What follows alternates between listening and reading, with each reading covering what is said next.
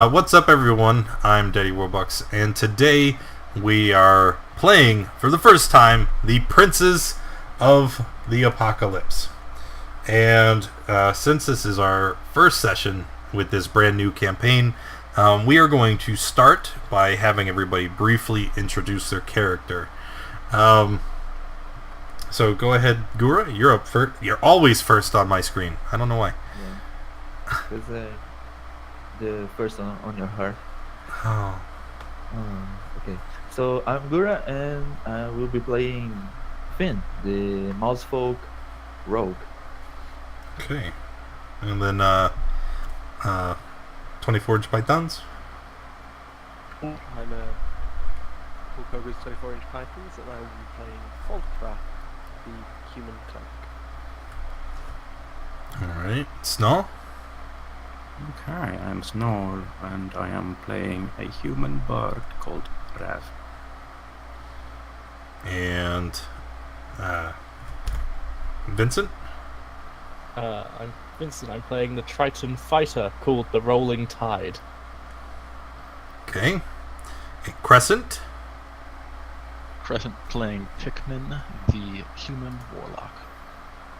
Okay. And lastly, Mylord? Playing Gareth, the half-orc cleric. Okay.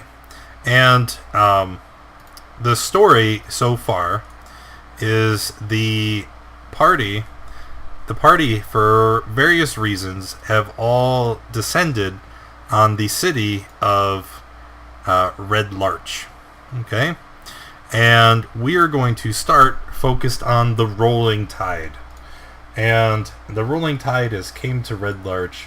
Well, since we're focusing on you specifically, he came to the town of Red Larch to try and figure out something, right? He's got a problem that he's trying to get to the bottom of, and arriving in town, he's just kind of found it to be very peaceful inside the city limits, and so he's taken up a self-imposed watch, and he spends his days standing outside the tavern or the inn and just kind of being big and imposing and making sure that nobody that nobody is creating a scene. Nobody's asked him to do this, nobody's paying him to do this.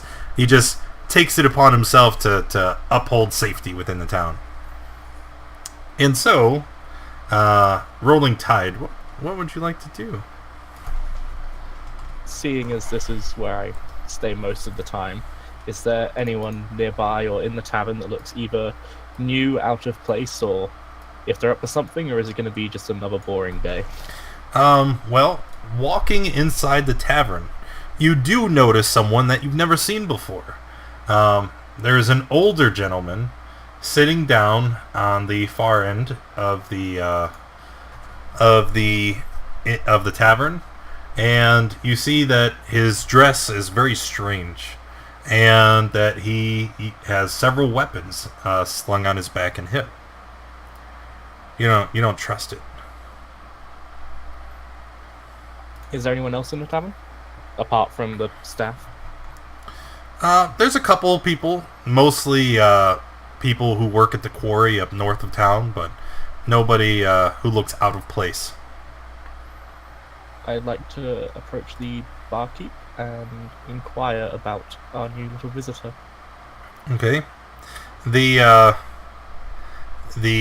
barkeep is a man named Garland, and he's a human, and he's usually a little bitter and sarcastic, not very prone to speaking with others, but he kind of looks at the man and back to you. He's like, I don't know.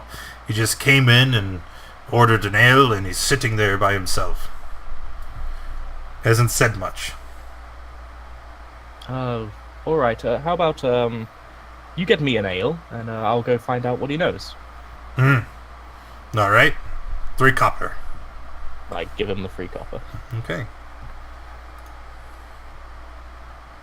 And a moment later, he gives you a thick-looking ale. It's very dark. hearty. The best kind of ale. I will approach the strange man with the ale, and without saying anything, I'm going to sit down from across him and just give him a look over. What? Who are you? What? You're new in town. I assume I haven't seen you before, and well, we're not too trusting of outsiders. So, would you want to give me a quick rundown on why you're here? Business, or you just find yourself here? Folkvar, as this man sits down in front of you and begins making all these demands, you notice that he is very strange. You've never seen anyone quite like him before.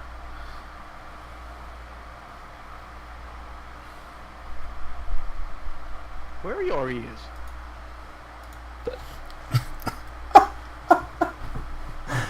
That's the question. I've had many questions about my appearance, and that's the one you went with.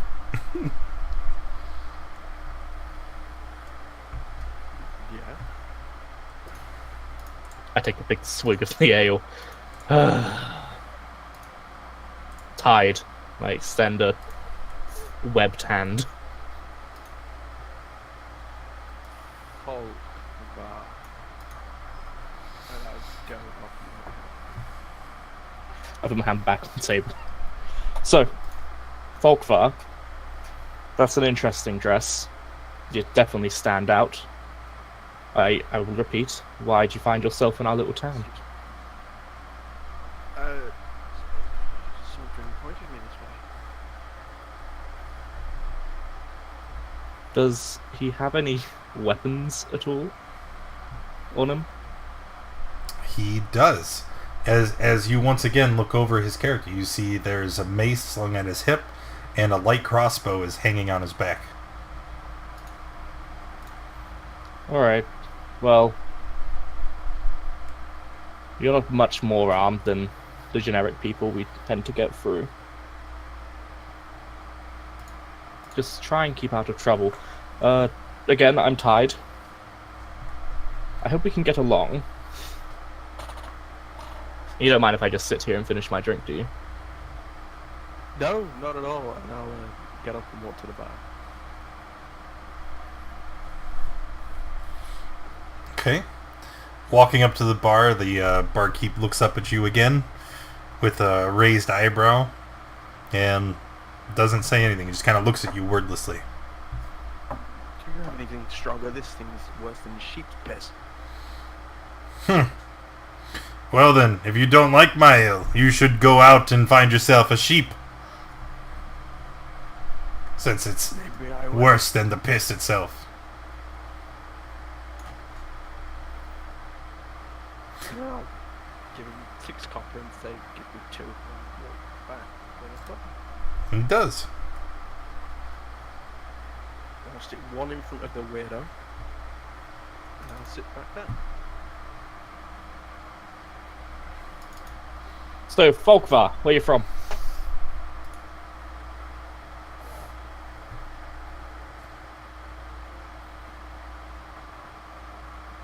I don't think he wants to answer you.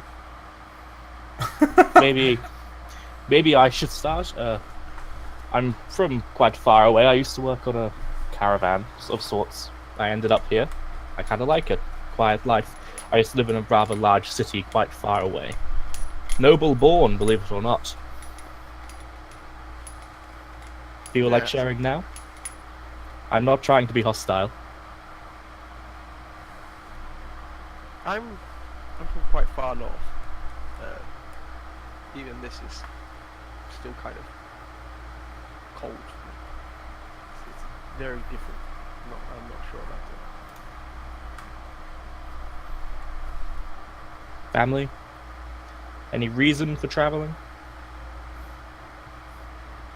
Whispers, rumor. That's about all I feel like sharing. Alright, then I'm just gonna go have some of my drink. I understand that's probably about as much as he's willing to share.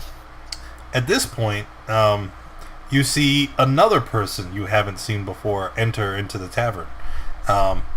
He kind of walks in absent-mindedly most of his attention being on a small book that he's holding in one hand, that he's writing in, and with a piece of charcoal in the other. He enters the tavern and looks around for a minute. And what would you like to do? I would like to look around for any kind of people that would know of locations of items that would not be easily available. Well, looking around inside the tavern, you would assume that the barkeep would probably be the most knowledgeable. They're always such a wonderful source of always such a wonderful source of rumors and information. No, he's going to close his book and put it back into his pocket and move up to the barkeep and say, "Would you happen to know of of an instrument? A lyre, actually, to be precise. A lyre. A lyre, a very magical lyre." What? I don't know of anything like that, but I don't know. I've heard of suspicious activity around the workshop. Maybe you can ask someone there about a lyre. I don't think there's a workshop that could do something like this. I'm just gonna turn around and look around the customers there. Is there anyone else? The only other people inside the shop that catch your eye are the old man and the big blue sea creature that seem to be having a drink. And as soon as he sees the sea creature, he's going to his eyes are going to beam up and he's going to run to him and be like, "Oh my god, you are exquisite. What are you?" Cutting off my previous conversation, which ended roughly about... So I had to really try and explain to the guy that no, it wasn't my sister, it was in fact a trout.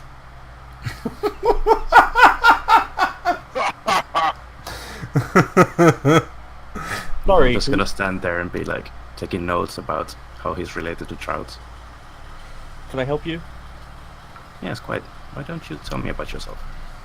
And I'm scribbling in my book a note and a picture, trying to, resemble him. Sure. My name's Tide. It's short for the Rolling Tide. I'm a Triton. Every fucking time. Get the fuck out of here. I live here now, I guess. I'm sort of an impromptu guardsman. I used to work on a caravan. What's this for?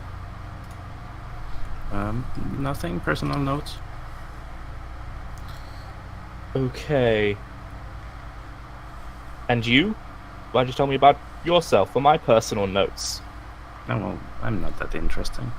Oh, neither am I, but you seem certainly interested in me. Well, you see, I like to take notes of creatures that seem extraordinary, like yourself. I have never seen anything like you before. But neither have I, but that's kind of a personal thing, don't you think? I mean, he has a point. You are a giant fish. Yes, I've had the conversation many times. And by the way, my ears are here. I'll pull back one of the fins and there's just like a small hole in the side of my head. Wow. And he keeps drawing. This is very... Do you want to sit down at least? Just standing over me is making me feel a little Oh, uncomfortable. yes, please, thank you. And he sits down. So who are you? Oh, my name is Rav. You can call me Rev. I am some sort of a librarian, you could say. I'm Folkfar. Hello, nice to meet you, Folkvar. Does he look like a cultist, or is he dressed normally? Who is that? Rob? Prav, yeah. He's wearing like normal clothing, leather armor, has some weapons. Did you not see the picture? That's why I asked you. Was it kind of cult-ish? It's weird. No. Like he's wearing a long tabard, but it's pretty common.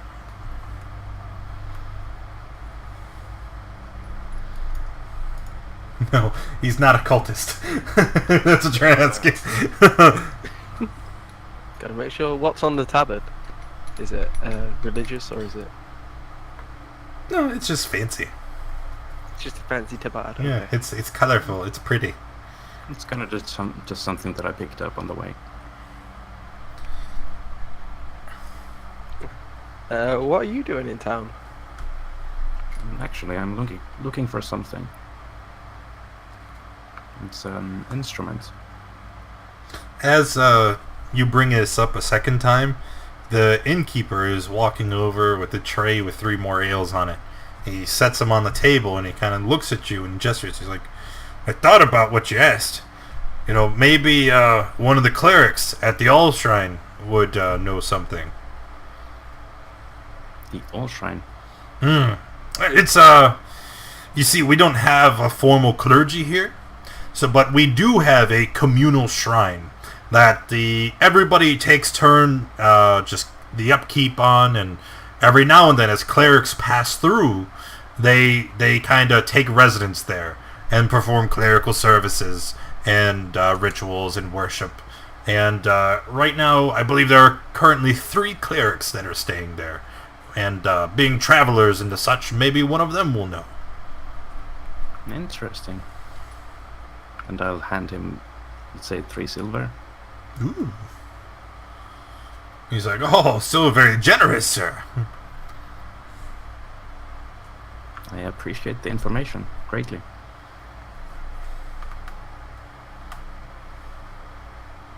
Is he gonna place the drinks on the table? Oh yes, he's already set them in front of you. Okay, I'll take mine and start drinking. Before the barkeep leaves, I'll ask him where the All Shrine is. It's like, oh, it's just south down the road. It's on the corner between the Cairn Road and the Long Road. Thank you.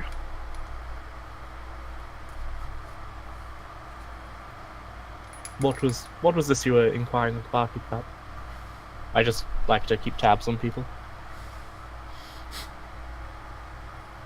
Rob? It's an instrument. I don't know. Do you need to know more? I am kind of a musician, so That's fine. I just wanted to make sure you weren't planning on enslaving the populace or some other strange other strange scheme. If you're just interested in music, that's fine. It's just good to make sure we're all clear on what we're after. it's quite the leap. It's quite just an instrument. That's fine, don't worry. I go back to drinking. Day drinking. What, it's daytime? Damn. Does he seem old? Folkwear? Oh yes, quite ancient. Yeah, I mean, he's got a long white beard and barely any hair left on his head. I'll look at him and ask, can you hear me? What? Okay, that's nice.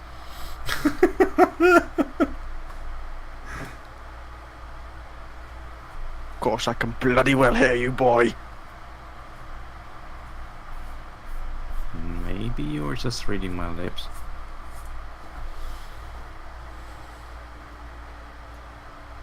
Folkvar will look at his lips intensely just to take the piss and go, I'm not reading your lips, boy.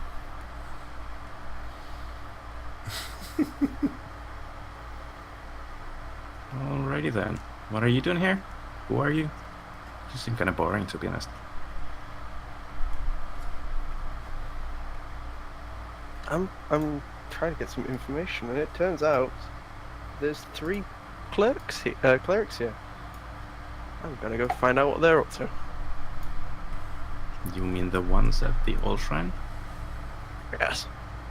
Oh, well, maybe we should go together. Okay. What about you, Fishman? Would you like to join us? I'm still making my rounds for the day, so I've yet to check out over there. Okay, so you guys finish your ales and head off down towards the All Shrine. And as you approach, there's no confusion about what building it is, because as you walk up, you see two men standing outside having a very heated discussion. One of them is a half-orc, and you can tell by his attire that he is very obviously a cleric. And the other man has a cloak etched with runes that is concealing most of his face, and he's standing in front of him, and you can tell he's being kind of oppositional. You know, he seems to be. You can very clearly hear the conversation, and it seems like the cloaked man is trying to challenge the cleric's beliefs in their god. And I'm going to go ahead and turn on their mics. Okay. And I'm simply saying that simple pantheon belief is a very finite way to look at the realms. I don't know why you don't get that.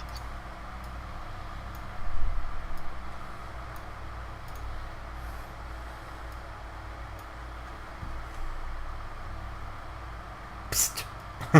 Oh, sorry. I was trying to think of a response. Sorry, my bad. Sorry, could you repeat that? My bad. Sorry. I was just saying pantheon beliefs, and they're so simplistic and finite, and the realms are so much bigger than gods who they themselves can die. I just whatever makes people happy, as long as they find satisfaction in it. I don't see what's wrong about believing in a finite god. There's nothing wrong, there's nothing more. So as you walk up, what would you guys like to say to the arguing pair? You two are okay, right? You're not gonna cause any trouble with this? I don't need to try and forcefully separate you? I've never seen any of these people before, right? Nope. All strangers. I'm gonna startle back a little bit. It's very strange. No, we're having a conversation. But what are you doing here? I work here, I guess. Look, I just try to make sure everything's okay. I don't want the townsfolk to be caught in something they don't want to be involved in. I'm gonna kind of cautiously advance and half circle around him. Where do you hail from? You have the very Innsmouth look about you. It's a place called Tay. It's Have quite you looked like this all of your life? Well, that's what my dad told me. I'll back up. You must be tied. Yes, I Tide. heard about you. short for the rolling tide. Oh yes, I heard. There was a fishman guarding this town. Sorry if that makes it. I didn't mean to insult you, but you'll have if no problem with anything- me. If anything, it makes the conversation more fun. Alright. And I extend my hand. I try to shake his hand. Garrett, a cleric of Helm. I'm here to assist the townsfolk. That's fine. Is this your first day here? How long have you been here? I don't recall seeing you. I've only been here a few days, or a week maybe. Oh, okay. Well, as long as you two aren't causing any issues, I'm fine. This is Volkvar, the old guy, and the weird pretty boy with the red hair is Rav. Hello, nice to meet you. Pleasure. I think they wanted to talk to you about something. I don't know. I'm just making sure everything's okay. Yes, quite. Are you the people in charge here? No, I'm just a traveler. I'll drop my hood. You'll see plain, pale, sickly kind of features, black unkempt hair, and then there's a dull gray cloth over my left eye, kind of like a bandage. No, my name is Pickman. I'm a researcher, and I was sent here on a project for school. A researcher? Yes, there were reports of, well, cult activity in the area, and as part of my dissertation, I was working on some live field study. I would like to clear that I am not a cultist. Well, that's people seem very to helpful think to that. start, but if you know anything of cults, that would be helpful too. I don't think that makes you seem any less suspicious. Like, I'm researching cult activity in the area. I am not a cultist. Nobody said that you were. I'm looking into cults. I am not a cultist. What? We'll say you have a fairly arcane look about you, and I'll kind of pace him. Strange. Yeah, not convinced. We'll see. Oh, well. All right then. Would you happen to know anything about a lyre? A special kind They're of a lyre. common magical, or not non-magical, mundane instrument. Several strings. Musicians use them. What else? There is supposedly a special kind of lyre somewhere around here. Could be. I don't know. Alright. What about you, Halfork? Have you seen anything or heard anything? Can't say I have. I'm gonna look around, and the innkeeper said that there was 3 clerics here. That is correct. Can I see the third one? Yes. You see a female human who is also kind of tending to a small garden on the grounds. Can I approach? She Excuse me. stands up and she says, "Oh, hello. May soon guide you." Somewhere. Yes, you too, of course, yes. Have you heard anything about a lyre? A magical lyre? I was told that someone here might know something. Unfortunately, no.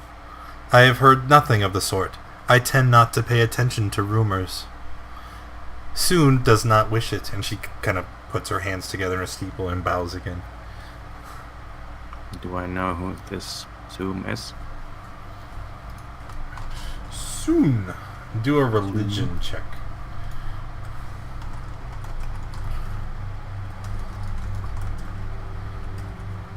$19. Okay. Soon is a goddess of beauty and love.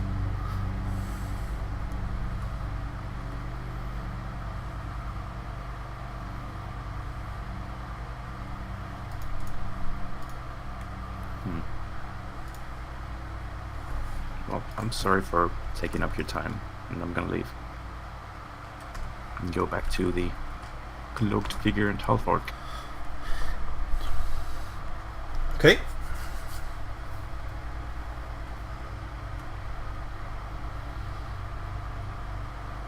And I'll just say, unfortunately, it seems like the tavern keeper was not very reliable when it comes to information.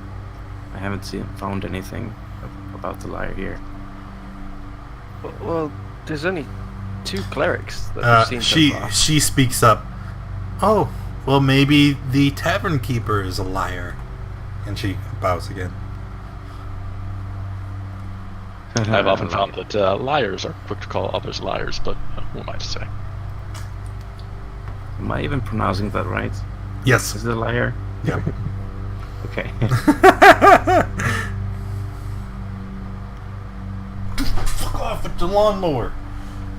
I'll go and approach the cleric of Soon. You may have overheard, but my academy has sent me to investigate the area for rumors of a cult. I know you've said you're not one for rumors, but certainly you might have some information about other people's religious concerns in the area. Why? What do you mean? I heard there was strange activity. As a researcher, I'm just interested in documenting it and knowing more about it and reporting it back. Well, maybe if you speak to Imdar, he may be able to tell you more. And where can I find him? I think he's inside the temple, resting. We're going inside the temple. Okay. I'll And look around. as you... Oh, the female cleric's name is Lemura. And the male is Imdar. As you walk in, you see a man sleeping on a bunk in one of the back rooms of the temple.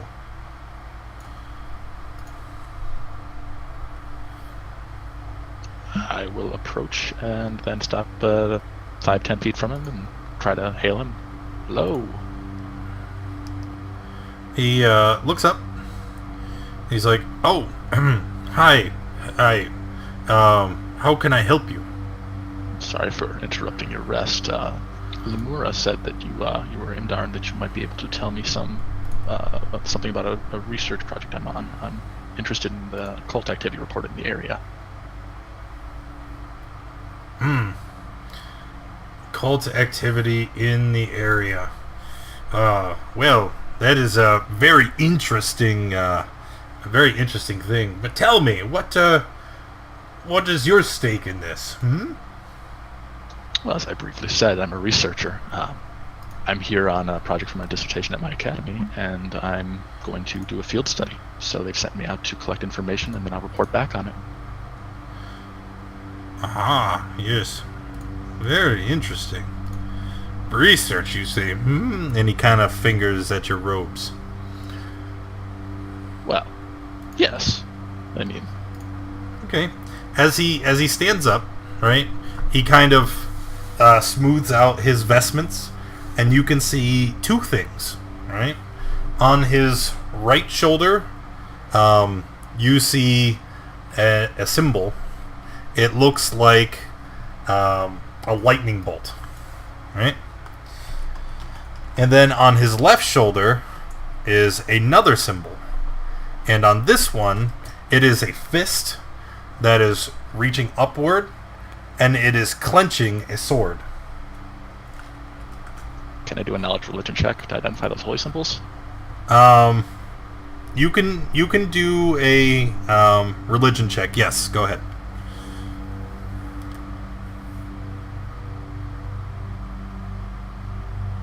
You don't recognize it.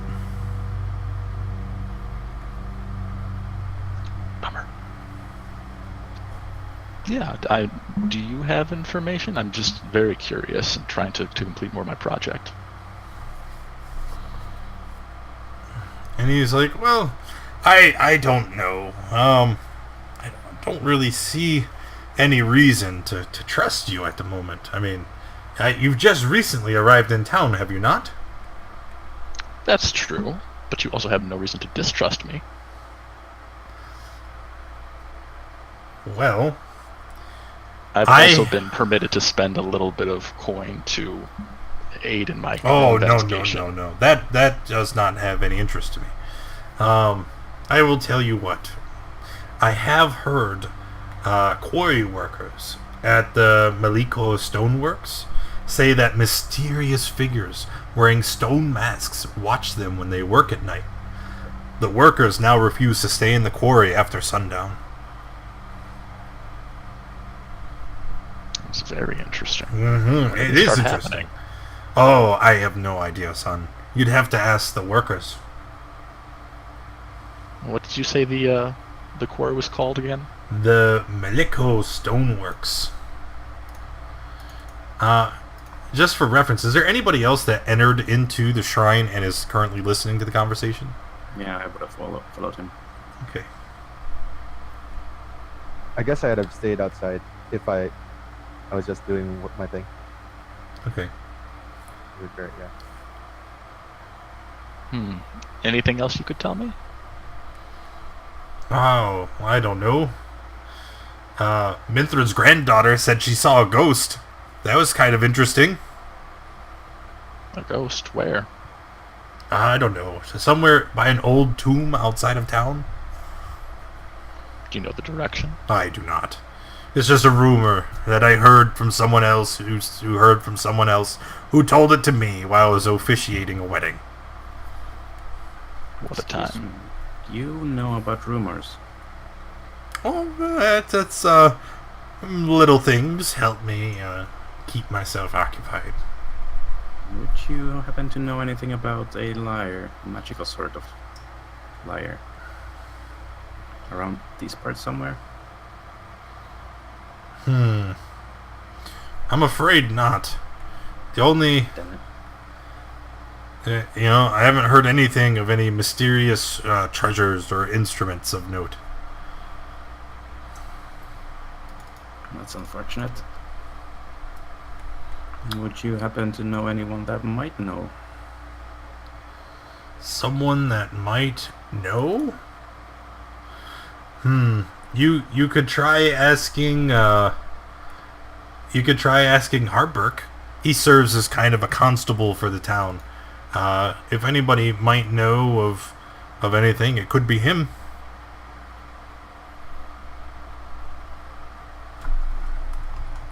Alright, I shall try that. Thank you. Where can we find Harburg?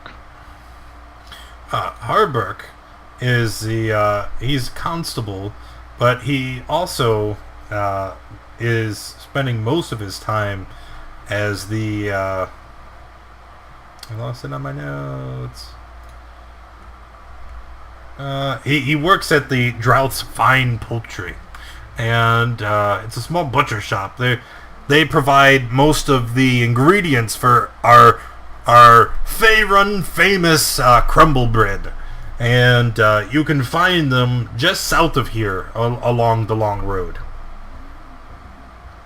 Right, thank you for your time. Mm-hmm. I'm going to walk out and start heading that way. Okay. As you guys exit the shrine, you hear a commotion coming from the road up to the north.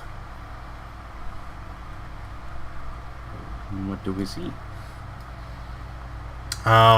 You see that there is a human standing outside of a large building, and he seems to be having some kind of argument with a talking mouse? Do I see the mouse? You do see the mouse. I'm going to run so fast towards the mouse. I'm just going to kind of stop and stare. As you get closer, you can hear more clearly some of the language. No! I will not have a rodent inside my establishment! That would be terrible for business! Nobody wants to sleep with vermin! Well, but I can pay. Guru get electrocuted? There's something wrong with your mic. Yeah. Yeah.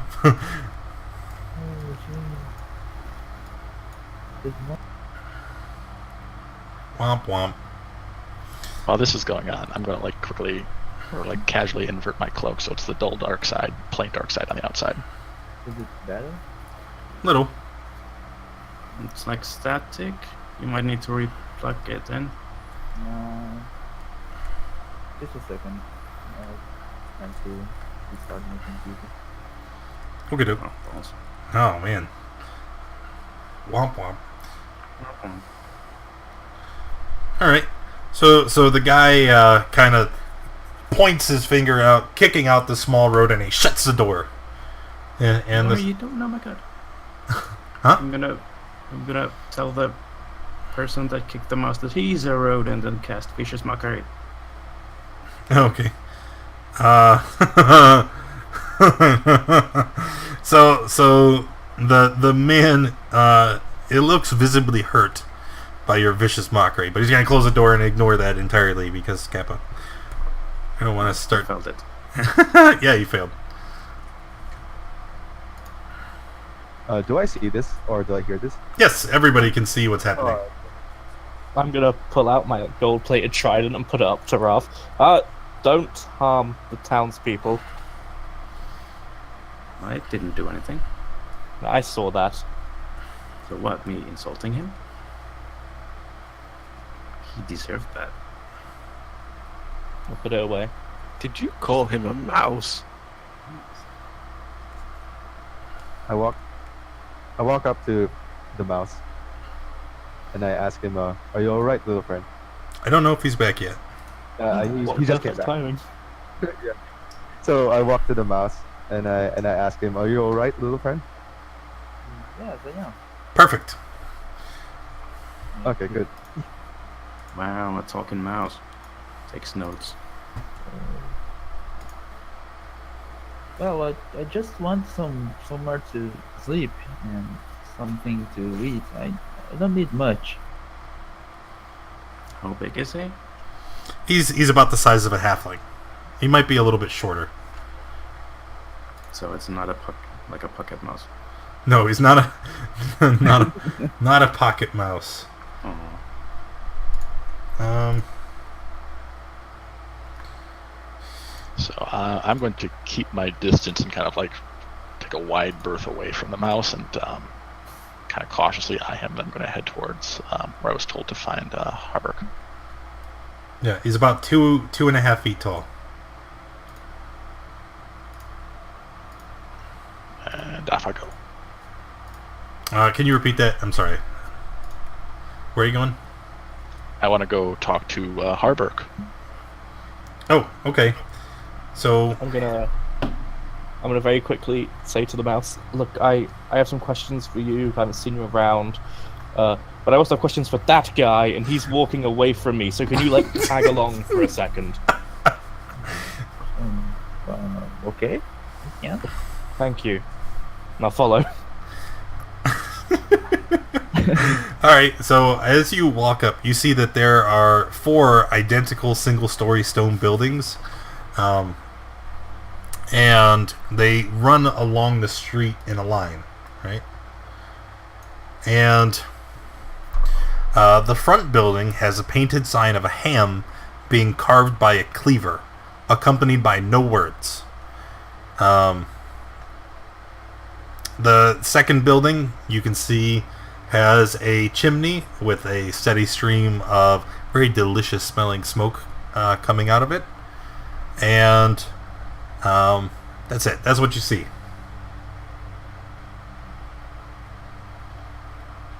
I'm going to assume that the cleaver one is the butcher, and I'm going to approach and enter.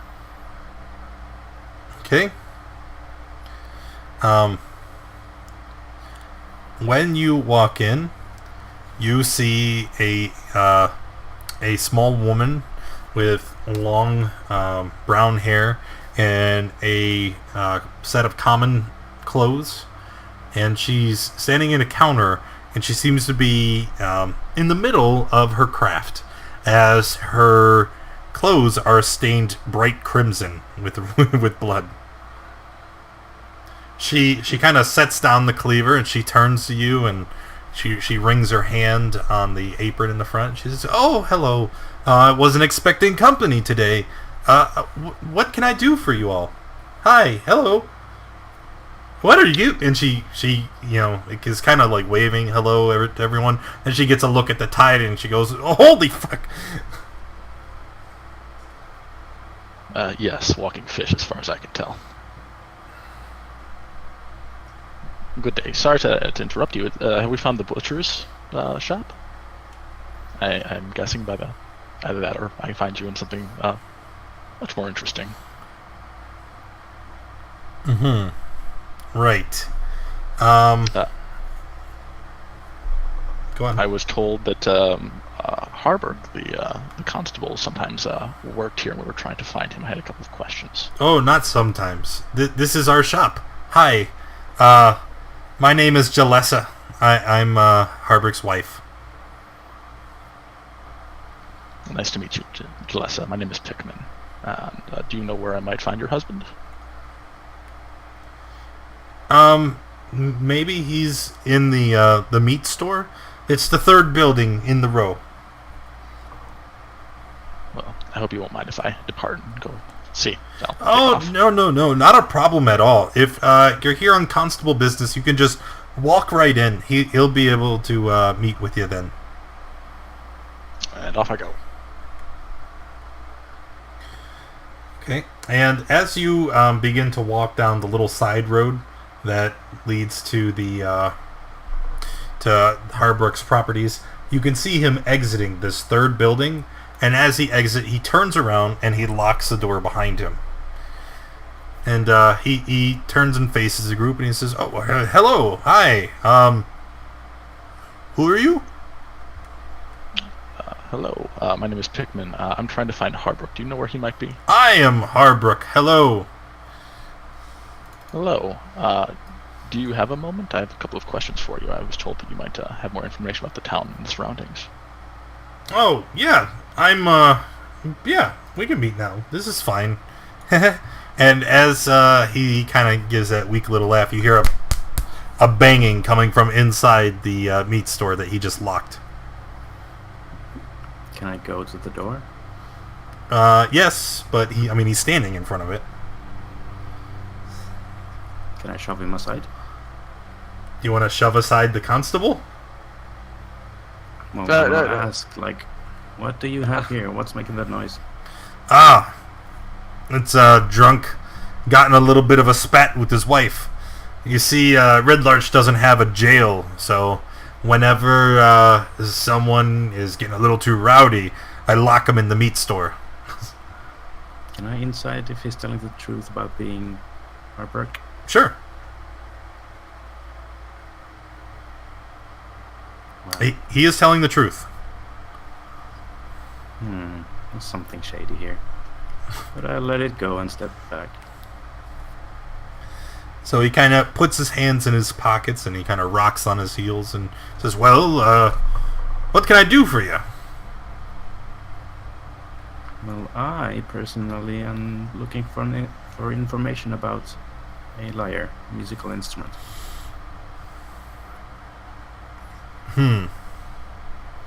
A liar, you say? It wasn't taken by those bandits, were they? Bandits. Yes. You didn't experience them on your way into town? No, I believe I did not see any bandits.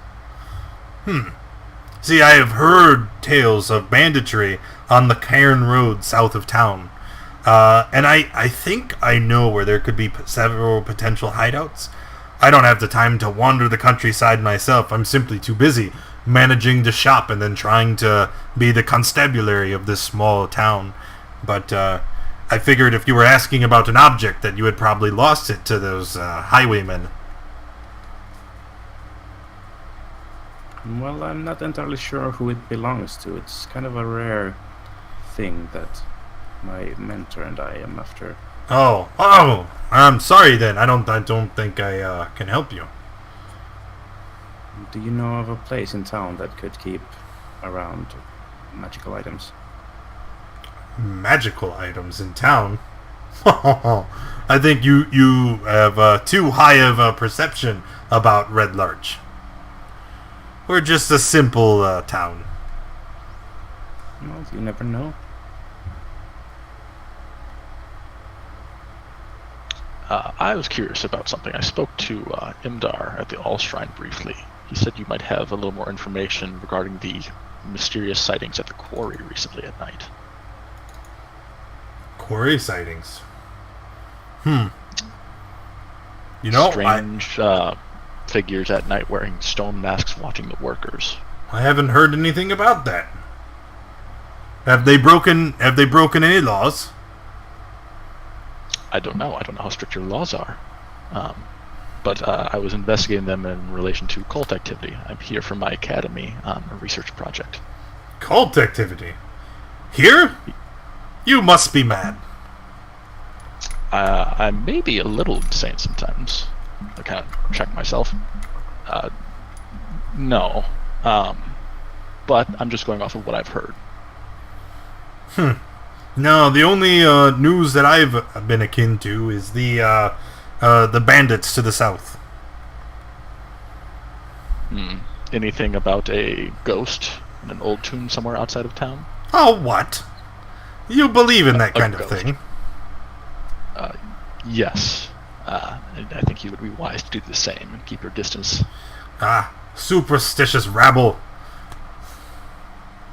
Well, certainly call it that if you'd like. I'll tell you what. If you guys are interested, since I can't exactly take the time and sort it out myself, would any of you be interested in investigating this bandit matter for me? Yes, I would be. The off chance they have the liar might actually at least lead to some information. And what about you guys hiding in the back? You've all been awful quiet. I'm sure it'll be fine. I wanted to hear what they had to say more than I'd like to admit. But no, there's bandits causing issues for the townspeople. I'd be more than happy to go and have a look into it. Yeah, me too. I can help. I assumed that since we'd be deviating from our own purposes and assisting you in your normal line of work, they would come with some amount of compensation. Well, I don't think that I personally could accommodate you, but if you bring these highwaymen to justice, then you're more than welcome to keep anything that you find. Even if it's already acquired property. Most of the villagers have already assumed their property lost, and anything else that might have been taken has been from travelers who have already moved on. No way of returning that to them. There could be quite some wealth in there. I mean, unless they're really, really bad bandits. Oh, I doubt it. I don't think anybody coming through here would carry so much. Some coins, maybe? Well, Seems like a fairly low offer for if us. you're curious, you're always welcome to go and investigate it yourself. Please, which look, one I is it? am begging you.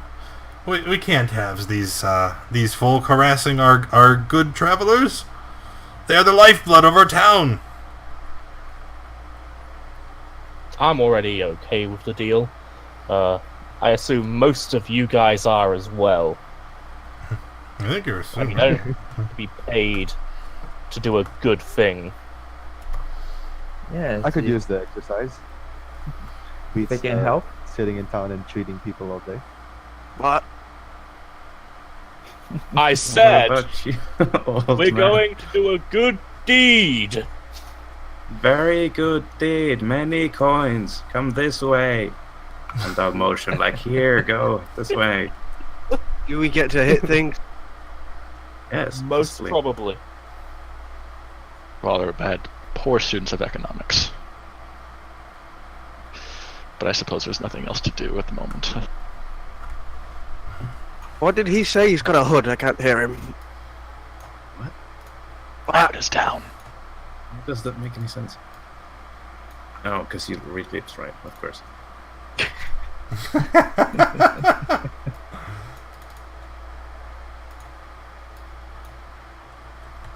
Okay, so Well, if you're all so eager, go ahead, I'll follow. Yeah, let's go. So you guys head south out of town along the Cairn Road. And it takes very little time to... I'm trying to find my damn notes. It takes very little time, and then you come across in a brush-choked dell, a short distance from the road, a makeshift camp in front of a cave entrance.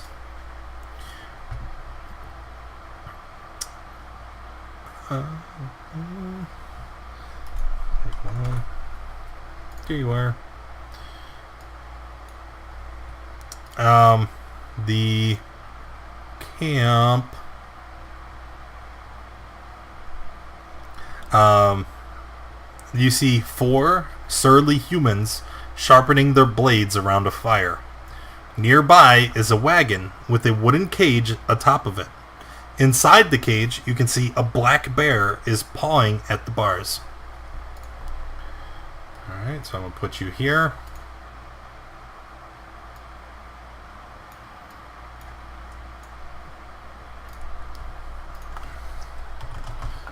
And then let's put some bandits on the map.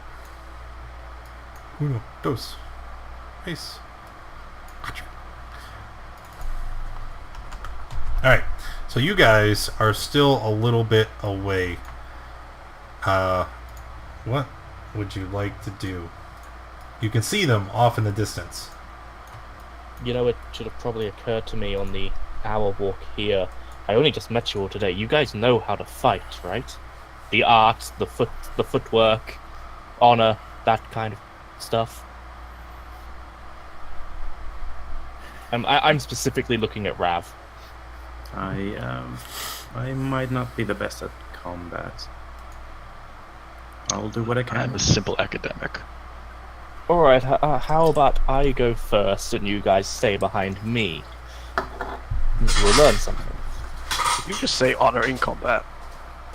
I believe you did. I'll show you honor in combat. Thing.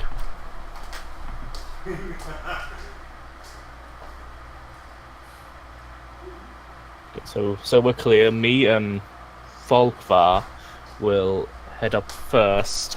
Gareth looks like he's wearing some armor, so he's probably going to come with us. The rest of you, I'm not... Finn, the mouse. That's your name, right? Yes. Are you good with a weapon? You're a mouse. Yes, I'm pretty good at that. This sounds a little inappropriate for a fish to say. Well, I'm rather taller than him. God, I've proven myself many times. I've only just met this. Not to any of us, though. Well, and let's hope this works. Okay, do you want to come up with us, or should you stay at the back and... Oh, no. Go on without me. I'll be back here. Well, Folkvar, Gareth, I guess we're gonna be up front. And I've had training, and I'm pretty handy with a mace. I can tell the armor sort of gives it away. I will slowly approach the bandits. Okay. Since we're making What's our policy, by the way, policy? on bandits? Do we kill or? I prefer not to kill them, but don't get yourself killed. Of course. Since we're making no attempt at stealth, can everybody go ahead and... Right.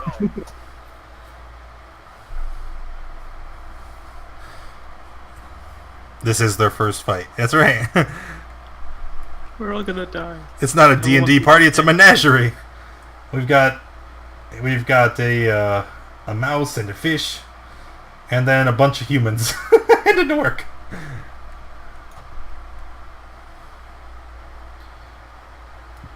Alright, did we get everyone? 1, 2, 3, 4, 5, 6. Hey, we did it. First try.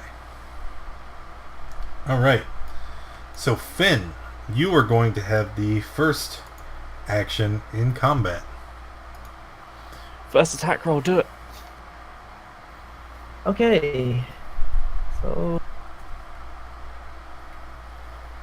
Finn is going to take his small short bow and give it a shot at one of the bandits. That is a hit. So the bandits, after being struck by the arrow, they're all gonna pop up and start grabbing their weapons. Alright, Folkvar. So Folkvar's gonna unclip his thing that was covering the 2 plates on his breast, and he's gonna just drop it, and then he's gonna tap on one twice, the top one twice, and he's gonna toll the dead. Okay. On this guy. Okay.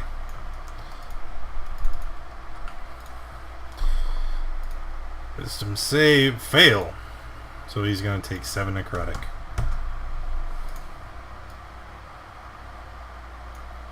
All right. And he's gonna move there and then just. All right, the bandit's going to take their turn. This one is going to run back. And you see that the bear is in that cage, right? But it's not locked in the traditional sense. It's not like there's an actual like lock securing the cage. You can see that there's just like a pin jammed into the cage door and it's kind of wedging it shut. And so he grabs the pin and he yanks it out, and you see the door to the cage that's holding the black bear just swings open, right? After that, he grabs his short bow and readies an action. The other 3 bandits, you see them all grab light crossbows, and they are going to fire on your group. First one attacking Finn.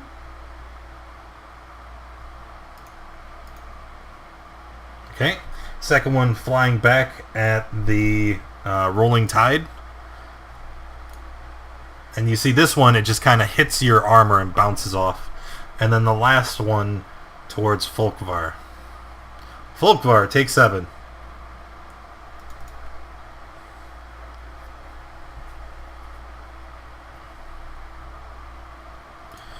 Alright, Gareth, you are up next.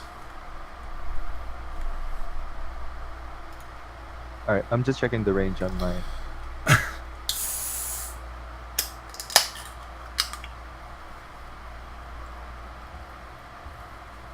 Oh, it's fine. I'll move up next to Finn. Mm-hmm. Right here. And then fire a light crossbow. Okay, which one?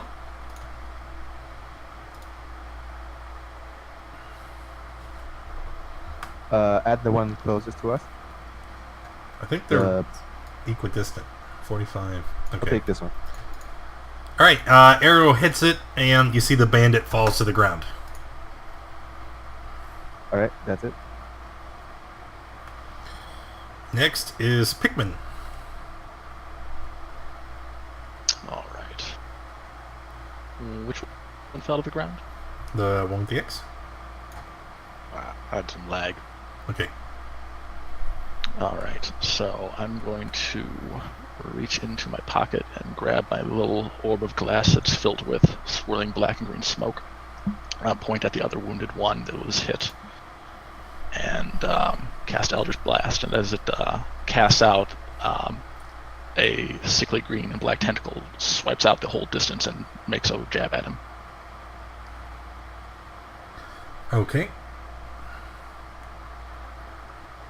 15 is a hit.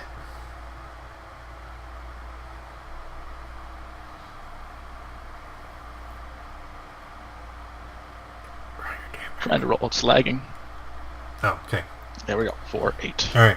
So as this ethereal tentacle rushes forward and smacks at the bandit, you see that the force of the blow knocks him to the ground.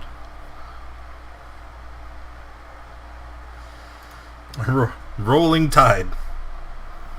What's your reaction to seeing a giant ethereal tentacle? As it swipes past my face, I sort of double take backwards, take out the trident, and while sprinting forwards, I'm just sort of occasionally looking back at him. I'm gonna use my action to dash. Yes. With my right foot, draw a line in the dirt in front of me. Now, for the Archmage, our peers, and the wonderful audience, we fight in honor.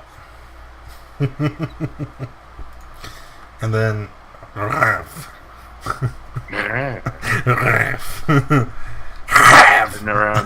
Turn around to Pigman and high five, Cultist Bro, yay!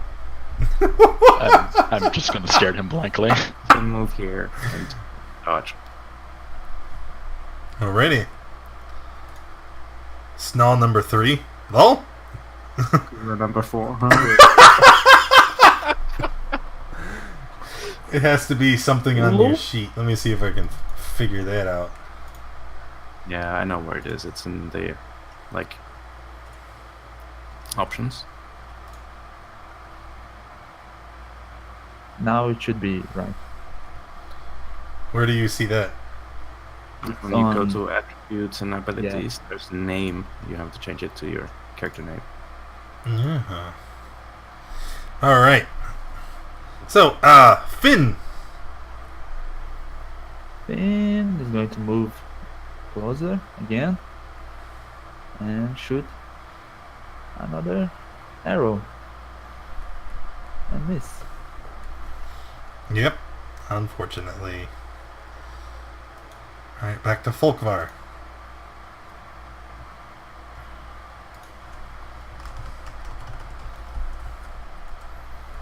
So Folkvar will move all the way forward, just behind Tide, Mm-hmm. and he will toll the dead again on another one. This time on the bear. What's the bear? Oh, bear's not on the turn tracker. All right.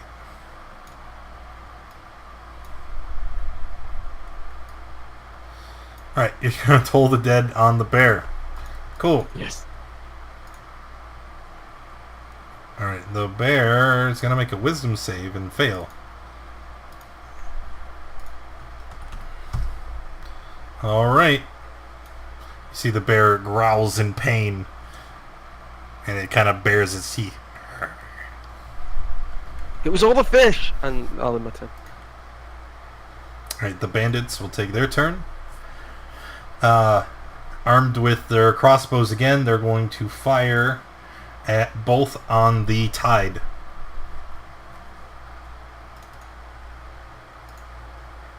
Pew, pew.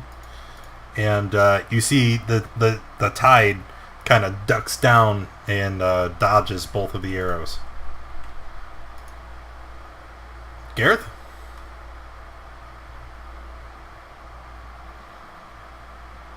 I'll just take another shot. Oh, can I? Is it an action to look at something? Like, I want to see if the bear is acting aggressive. So far, it seems like it is. Okay. I mean, it's a bear. It's loud. It's growling, and it's rawr, Alright. rawr. Plus, it's hurt now, so it's angry. Alright, I forgot. Oh, that's a miss. Yeah, it is. And I'll just move up.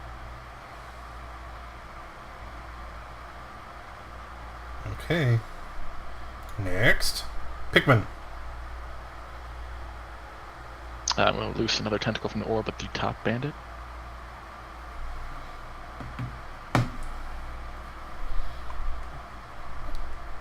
And hit.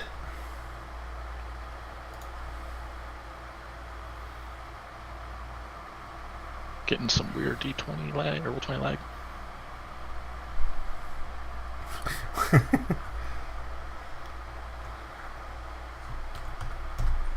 Okay. There we go, we're fine.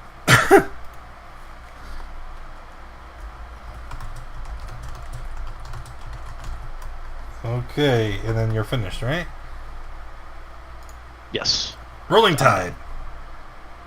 I'm gonna approach this bandit and pull out my trident and go for a hit. No, sir. You stab at him with your trident, and he kind of blocks it with the crossbow. Crossbow is completely destroyed, but you're unable to hit him. Woof. That my turn. Rev? Move here and shout at the bear. What kind of a bear lets bandits keep him in a cage? Did you just vicious bear? Oh, the bear failed, and you see it kind of as it shakes its head as it fights against your psychic attack. Yay. Speed 40, you say? There. Yeah, so the bear is going to charge at the person who attacked it last. As bears do. What did I'm you sorry. do? I didn't mean it. All right, so the bear is going to run forward, and first it swipes at you with its massive paws and hits you for 8. Ow. And then it tries to snap down and bite you right at where your neck meets your shoulder. Wait, disadvantage? Why would I have disadvantage? Vicious mockery? Oh, you're right. You're right. Let me roll again for the claws. Hey, he still got you. Probably gonna. Yeah. Yeah. All right. So it's still 8. I'm not gonna re-roll the damage, but so you take 8 and then you take 5. And then the bear raises its blood-drenched maw and kind of growls in the direction of Folkvar. Finn. Finn, seeing the head hair goes down, he is going to pull out his rapier and move near the bear and attack it. Does it hit? 15. Yep. Okay. Make it happen. Okay. That's it. Folkvar. Seeing the redhead guy go down doesn't really affect Volkar, but he bows his head and says a little prayer, and he says, "For God's sake!" and he casts Word of Radiance on the bear. Word of Radiance. So the bear needs to make a con save, which he fails. And the radiant energy sears the bear, and you see him kind of take a step back as it is awed by your radiant.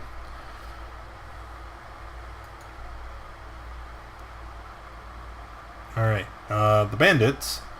This one here, having broken its crossbow, is going to pull out a short sword, scimitar, and slash at the tide and miss. And the second one is also going to pull out his scimitar and miss. Gareth. I'm moving in and swinging with my mace at the bear. Okay. Alright, that is a hit, and the bear goes down. Nice. Anything else? No, that's it. I used my action. Pikmin. Going to Eldritch Blast, the one I hit previously, up top.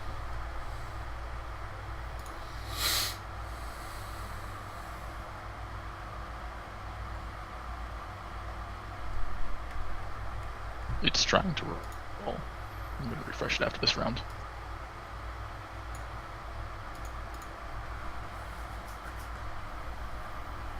$13 is a hit.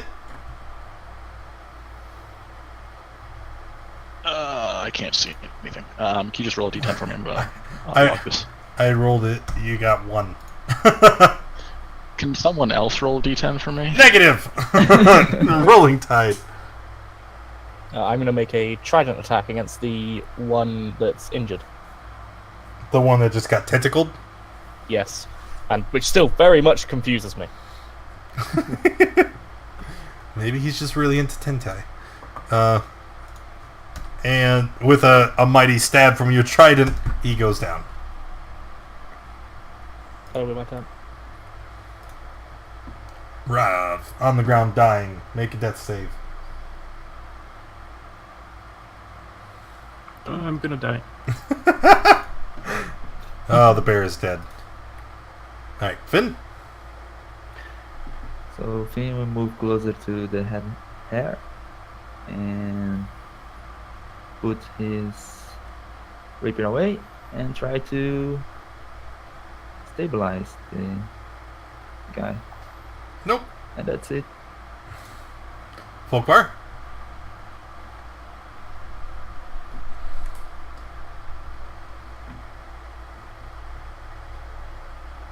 Healing word.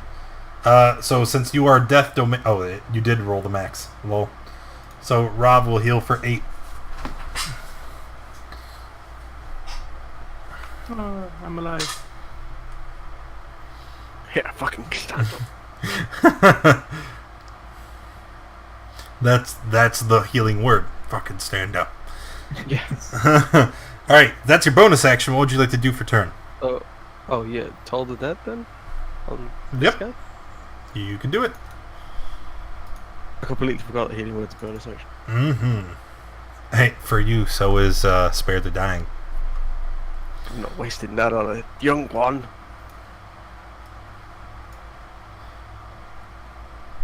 You already rolled. Lol. So 6. And then finished. Yep, that's my turn. Bandit's turn. He's going to try and stab that freaky deaky looking merman one more time. Nope. They got Stormtrooper syndrome. Gareth?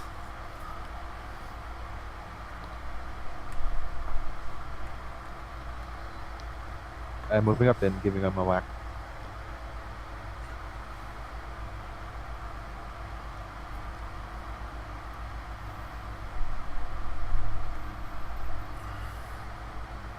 Miss. Miss. That's it. I'm correct. Pigman?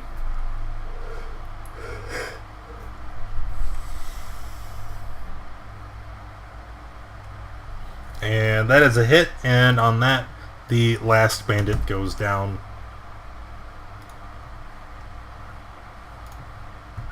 Okay. So now what would you guys like to do? I guess I should open up my my notes again. Where did they go? Put my orb away and just slowly walk forward to the group. I'm gonna search the bandits for any kind of coin and their stash. The bandits don't have anything on them other than their scimitars and their crossbows.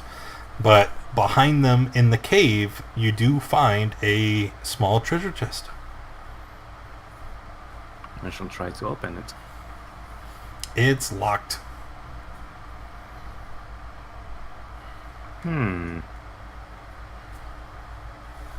I'll sit on top of it and think really hard.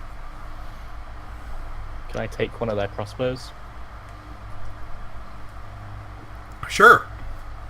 Yay! You could salvage Were a they- whole quiver of arrows, too. Or bolts. Were they light or hand? Light crossbow. Okay, thank you. Do any of the bandits have any sort of religious item in relation to the god I think's moving against us? None that you can see. They don't have any religious objects. Simple, just black common clothes and their weapons. It sincerely looks like nothing more than a group of highwaymen. Okay, and I'll turn to our new miniature friend and say, can you do something about that chest? Well, I think I can. Let me take a look at it.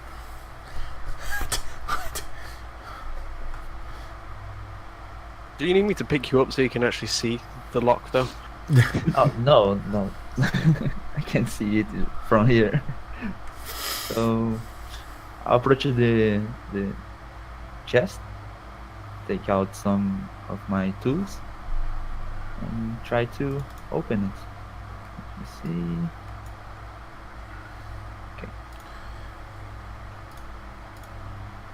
Okay, and with a swift and deft flick of the wrist, the chest is unlocked. Oh, hair, can you... Is that my name, Hare? No, but you didn't say your name yet, so I didn't know how to call you. Well, nice to meet you. My name is Rav. Oh, my name is Finn. And I'll get up and move. Okay. The chest is simply full of coins. Inside, you find a total. You see several coin purses, one for each of the bandits. And when you empty all the contents and view them together, you can see a grand total of 99 copper, 74 silver, and 113 gold. There are also numerous weapons littering the cave. Do I see a liar? You do not. Ooh, fuck.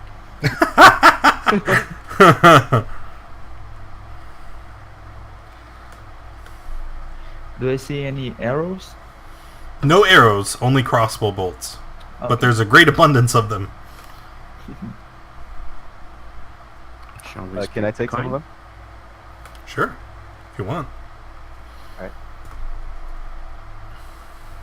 Light crossbows? Yes, all light crossbow. So I'll take one and dump my short bow away.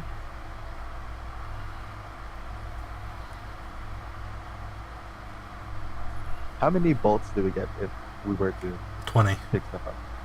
Just Yeah. 20. Yeah, you could carry like a whole. It's not a quiver. What the hell do they call them? Crossbow bolt case. Bolt holder. No, 19. no, it's literally a crossbow bolt case. Yeah. Okay. Yeah.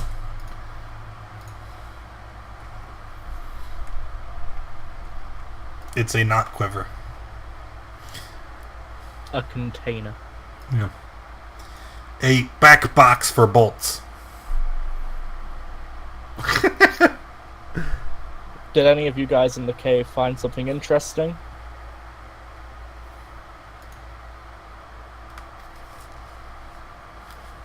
No, unfortunately. Oh my god.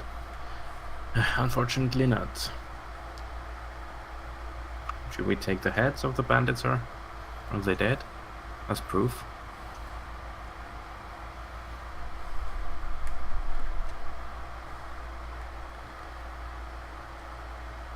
This just went into a really weird territory. Mm, Once you guys start taking heads from everything, then you end up like drop a dooski. More heads for the head bag. I don't believe we were promised any reward for killing them in the first place, just whatever they had. We weren't, which is why it was a bad deal. Well, we got to solve a villager's problem. But Can I maybe go we... take one of the teeth from the bear?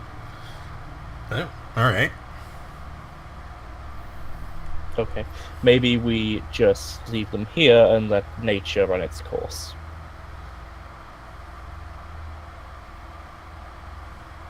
Sounds like Sure, yeah, we can pollute bandits, that's fine.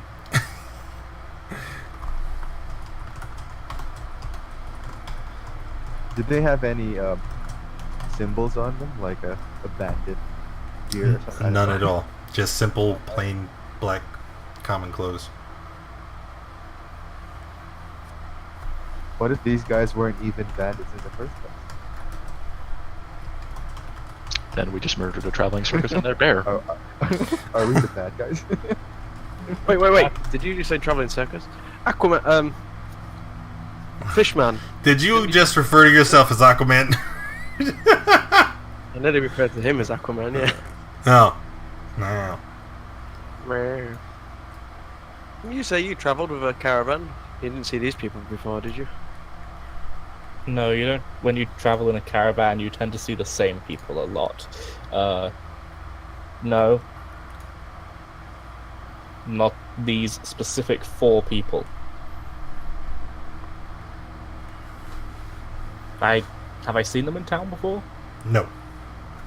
They weren't members of town either. Oh, no. Safe. Is there anything else you guys like to do here, or can we head back to town? I think pretty much our job's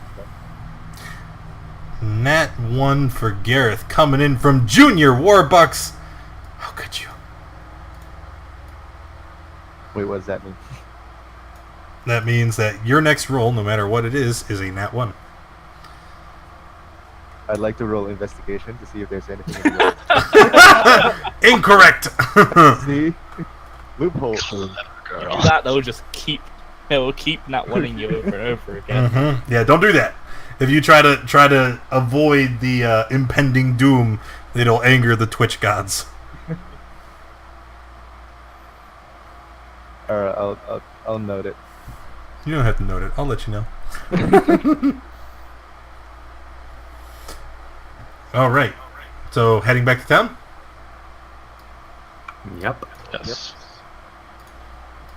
All right, here we are. Oh, I'd bring maybe a helmet or something if I could carry it. Are they wearing helmets? No, No. Oh, simple okay. like leather Not- armor. nothing. Alright.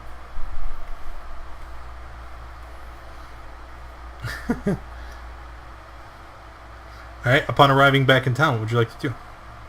You know, a lot of you guys really surprised me with how you fight if you did. Why, thank you. I was quite impressed myself.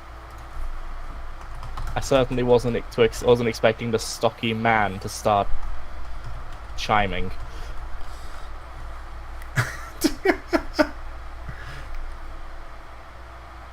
Which brings me on to what I actually wanted to say. What the fuck, Pikmin? What do you mean? It's a very broad question. Well, I intended to ask you some questions of why are you in town, where are you from, but you've made it very clear you're on You're clearly a cultist. dissertation or something. Yeah, normally I say it as a joke of are you trying to bring impending doom to the townsfolk, but this might actually be a serious question. Your serious question is, am I bringing impending doom upon the town? If yes, is it intentional? I guess I hadn't thought about that. No, I'm not bringing impending doom, though impending doom is probably always somewhere. That's the funny thing about impending doom, it's kind of always around the corner. Anyway, no. But I am investigating something of that had been entirely clear. Though, I don't know what gives you the right to question so deeply into everyone's business. I guess. I'm a sort of impromptu guardian. Self-appointed, I take it. Well, it's It's kind a vacant of. position that's now filled. I understand. Well, and if no one else is going to look after the townsfolk, maybe someone of higher caliber should take it upon them. Who better than a fish? Sure, I have dealings with society and higher ups. I know how hierarchies are supposed to work, so I sort of impromptu placed myself in that position since there was no one here to fill it. Well. Of course, for the good of the townsfolk, I'm not trying to impose my own rule. Well, to sate your curiosity, because everyone loves secrets. Yes, I think that there is some relative cult action that I've heard through my academic circles, so natural curiosity has led me to see what's going on beyond my station requirement. You certainly prove you work well together, and that goes for everyone. I suggest, considering this town doesn't have an organized guard, at least not when I've noticed, we form a militia of sorts. I will agree to support you for a time, as long as you reciprocate to my interests. I think we've shared information from. I'm already. sure if we find any cultists, you can have free reign to read whatever you want. Well, I think it may also be valuable to take some of them alive. I don't know how, we quickly dispatched the last group, but some people are useful when they can speak. I would rather not kill people. That was a situation where I don't think I would have been given a choice. If I'm honest, I think Forgive me it's for pretty- not restraining myself so much. I don't have complete control over what happens, so the amount of force that comes out isn't always measurable.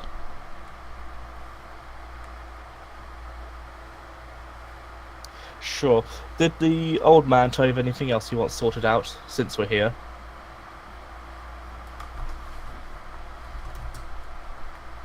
You're talking to Pikmin? Pikmin, yeah. The old man, he simply said the bandits. The cleric said that there was a ghost outside of town and a haunted quarry. Well, haunted's loose. They're still young. Why don't we have a look? If that's okay with everybody else. Sorry, what are you guys up to? Are they even still stood here, or did we get engrossed in our own conversation? Should we go tell the man that we've dealt with the bandits? Yeah, that's a good idea. Let him know. The town constable / butcher.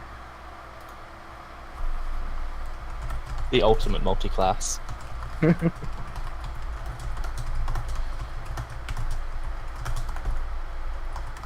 Well, Pikmin, you took the job, so you should probably go tell him. I don't mind telling him, but I was distinctly the only person who did not take the job. You're right. I'll go back to the butcher shop, I'm guessing, because he locked up the other one. Okay. So going to the butcher shop, you meet back up with... Not him. Wrong note. Harbrook. And he turns to you and he says, "Oh, you've been gone several hours. How was it? Did you find the bandits?" Yeah, we found them and dealt with them. Excellent, excellent. I couldn't repay you anymore. They didn't pay us at all, so something would be a start. No reason to be hasty. Did they have anything in the cave? Miscellaneous weapons and such. Yeah, good, great. Well, I'd recommend getting some rest, recover from the cuts and bruises you may have suffered. While I'm asking, and in hopes of, maybe a paying job, is there anything else you needed handled that we can add to our list? I think Handle we've taken it upon ourselves to create an impromptu group. a group? I think the fish called it a militia, but what have you? Well, if you talk to Kaylessa, the owner of the swinging sword, she has some ideas about what the town needs, and then I don't know. You could always investigate those masked men that you were telling me about before, the ones lingering by the quarry. Certainly. You haven't heard anything in the meantime that would give more truth to that story? No, what would I have heard? I've been working here at the butcher shop. Fair enough, but you never know. Off we go. Thanks for your time. Yep, goodbye. Was the group in there with me to hear all of this? Nope. Nope. I will go and report back and say There was a that conversation. What? there may be more work from from Kalessa. She owns a shop in town. A swinging sword or something. I believe that's the inn. It's the inn. The one you guys should be familiar with. I know her. Are we going to have a problem bringing in certain company? I know there was an abrupt conversation earlier. I can try to vouch for Finn. Maybe you can use the leverage that we just did them a favor.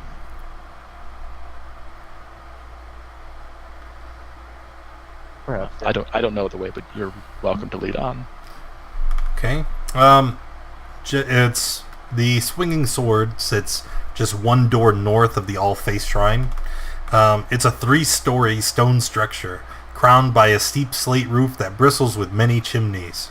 A signboard juts out over the door, hanging from chains, and it's a 10-foot-long carved wooden scimitar emblazoned with the inn's name in red paint. An inn yard with stables and outbuildings lies behind the building. The swinging sword is welcoming and luxurious by the area's rustic standards. And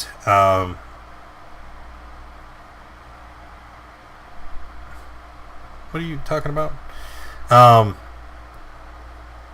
As you walk in, you can see a woman standing in the center hall, and she kind of looks towards the party. And at first, she looks like she's going to say something welcoming. Then her eyes alight on Finn, and she starts to scowl. What is that creature doing in here? I want somewhere to sleep. No! Well, you can't sleep here. Why can't I? I Be- clean myself. I clean myself. I step in. What's her name again? Kaylessa? Kaylessa. Kaylessa. Kaylessa, you know me, right?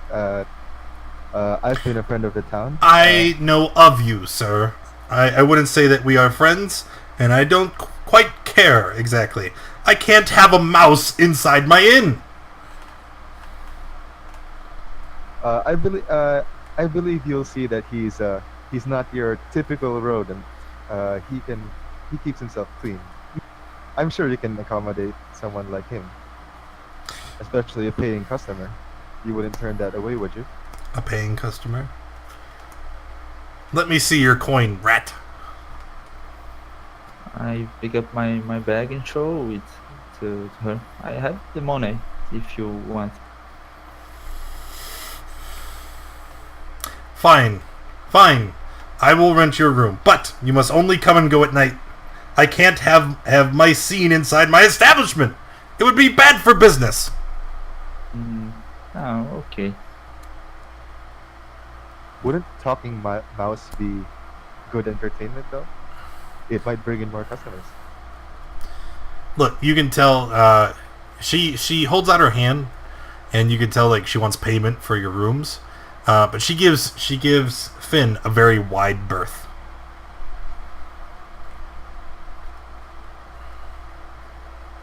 And what's that? She keeps her distance. She stays away from you. Oh, I think it's probably best if you head straight upstairs, Finn.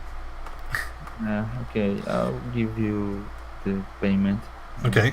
And as you begin to walk through the common room, you see several other of the villagers are kind of gasping in awe. Not like horror or revulsion. They're just like, wow, it's a mouse folk. They know what a mouse folk is. Well, they know what a mouse is, and generally, all like animal, like there's mouse folk and cat folk and bird folk. And you get the point.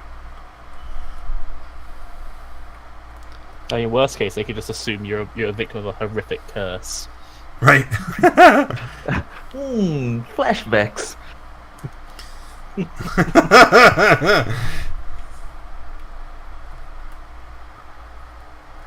So we're going in? Are you? I am. What are you doing? I'm going inside. I thought we were inside. Well, I'm We gonna are? I'm gonna sit at a table. What time of day is it? It's mid-afternoon. And as you stand here, you catch the smell of smoke, right? And you can hear a man's voice cussing coming from the direction of the kitchen.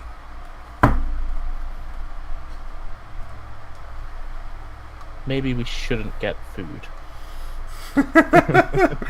The woman, Kaylessa, she looks at you. She says, "Oh, no, don't mind that. He's actually quite a wonderful cook. The problem is the inn was initially built with very poorly drawing chimneys, so most of our cooking has to be done outdoors on grills flanking the yard, because it's quite prone to catching fire in the kitchen. But we will easily provide the best meals in town that a traveler can buy." Yes, but rewind to that whole catching fire. It's not on fire. Oh no! Yes, the kitchen is actually on fire, and you hear a man in there yelling as he's as Why, he's yes, sir. The kitchen fighting. is quite on fire. Yeah. Do we need help? No, it happens all the time. He'll get it under control. Don't worry, sir. The establishment is saying only regularly catches fire. It's quite a common occurrence. Yes, it's a daily anytime they try to cook using the kitchen for extended periods of time, which is why they opt to cook most things out on grills outside. That's how you know lunch is ready, when you see the giant smoke. Yeah. Smoke in the sky. Whoosh! Ah! It's like a dinner bell, but visual. Yes, Gareth, you have a room. Well, I'm sure Oh, you this- serve fine food. What exactly does our Triton and mouse eat? I would like something sweet. I grew up eating mainly stews, beef, pork. vegetable. Have you ever tried crumble bread? No, but I've been here a few days and you guys won't shut up about it. Haha! You see, the crumble bread, it's one of Red Larch's most famous dishes. It is a loaf of bread, right? But it's extremely nutritious and hearty. And it's very popular with travelers because you can keep it in your pack and it gives you all the nutrients would be required for long travels and combat and all sorts of other nonsense. But it's almost like a stew or a tavern chili, right? Where you make the bread and you just mix in whatever you have left over, scraps. So our current batch of crumble bread is it's made from cornmeal, and it's got pieces of turkey and little bits of scraps of chicken and fowl. But it's also, because of it tends to be very bland. We also mix in a hefty portion of sugar, so it's got a little bit of a sweet taste to it. On a good day, it's not terrible. But if you ever catch a bad batch, then it can be, well, quite awful. Let's be honest. And how much are they? For crumble bread? Yes. Well, it'll cost you 1 gold piece for a loaf of crumble bread, but you could eat off of that loaf for probably 4 or 5 days. There's 6 of us, so tell you what, I'll give you 2 gold and 9 silver, bring us 2 loaves, and drinks for everybody. We're having a bit of a celebration.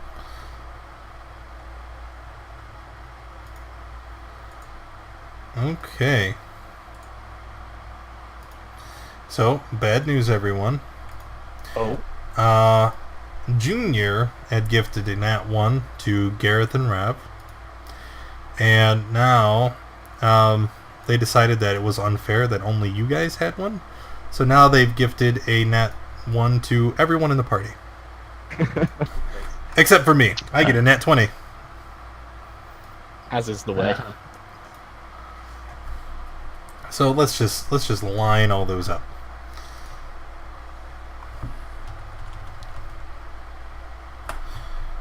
There we go. All right. Oh, they're so pretty, all lined up like that.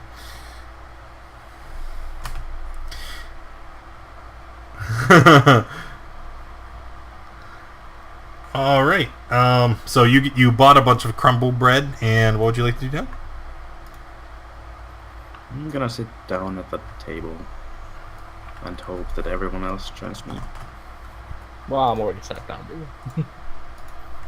Why are you sitting down on the table? At the table. I'm pretty sure you said on. Damn it. Shut up.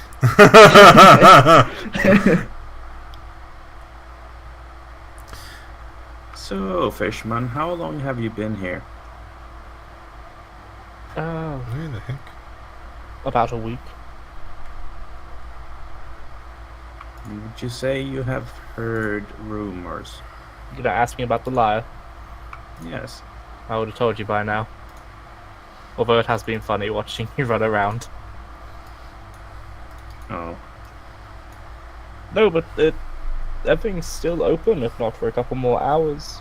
We could go have a look. I believe there's 1 or 2 merchants still around the town, at least I hope so. I haven't explored the entire thing yet. I mainly stick to the main road.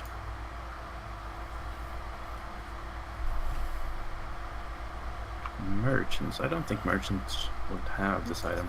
Oh, they might not have it, but people come and go. They normally stop at an inn, maybe a merchant, buy and sell goods.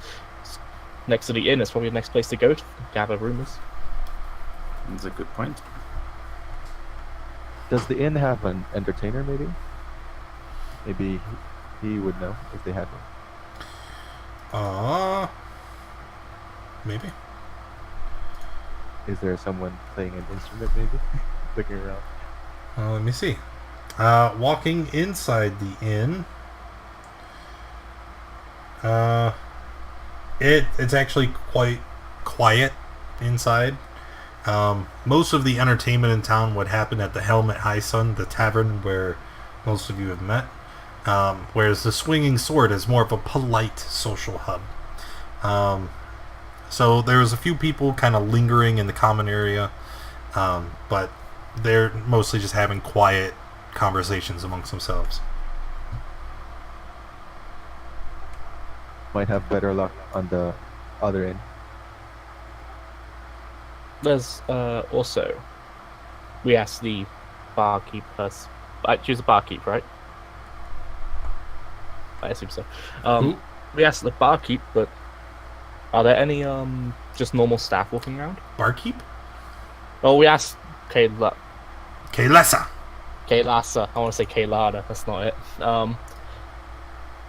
We asked her, but I assume she was like an owner / barkeep / that kind of stuff. Is there any like normal staff, like wait staff or anything around? There's a couple. She begins to point to a few people. There is a female, human. Blur. She points and she says, "That is Jalida. She's a maid. She helps keep things neat and orderly." And then there is a human male that works for me as well. His name is Iran. I realize I need to put that in chat, otherwise we're going to hear about Iran all day. And what does he do? He's a stable master. He manages a lot of the mounts and creatures that are brought by our patrons. So if ever you acquire a horse, he will provide the best care in all of Faerun. Thank you. I turn to Rav.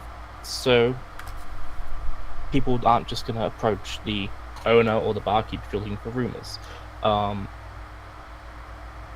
If to be crass for a second, drunken men tend to have a things for serving staff. That includes maids and waitresses. I recommend maybe speaking to some of those. Maybe they divulge some secrets they rather shouldn't to them. Try and look impressive. What do you want to do? Maybe see if one of them's learnt something from someone. One of the maids or the drunken men? Either. Or Kaylesa. Oh, well, I'm gonna find an empty table and jump on top of it and shout, like, "Does anyone know of this liar?" And I'll hold out my book and point at the picture of it. A lot of people who are having those polite conversations amongst themselves, they turn around and look at you, and they just kind of, go wide-eyed for a second, and you see them holding up their hands and they're talking to each other. But you can hear some of the whispers. They're like, "What is he doing? Is he crazy?" So him shouting that has woke up Folkvar, and he's just seen a picture over there, and he's gone in his bag and he's pulled one out, and he's like, "What this?" Smiling old man, instrument in hand. What the fuck? I'll jump down and go to him. Can I inspect it? Can you inspect his instrument? Yes. like That sounds so wrong. Wait. Oh my. If you'd like to go upstairs, I could inspect it further. Hey, Folkvar, you don't have an instrument. You don't have one in your inventory. I thought I did. This is why it's there. You're proficient with lyre, but you don't have one in your inventory. Well, I do now. Sure, why not? Cough. So you look at it, and it's very fine. It's exquisitely crafted, but you see that it is not magical. It's just very, very nice. Almost like that, really. Not quite. You see, this one I'm looking for is magical and very rare.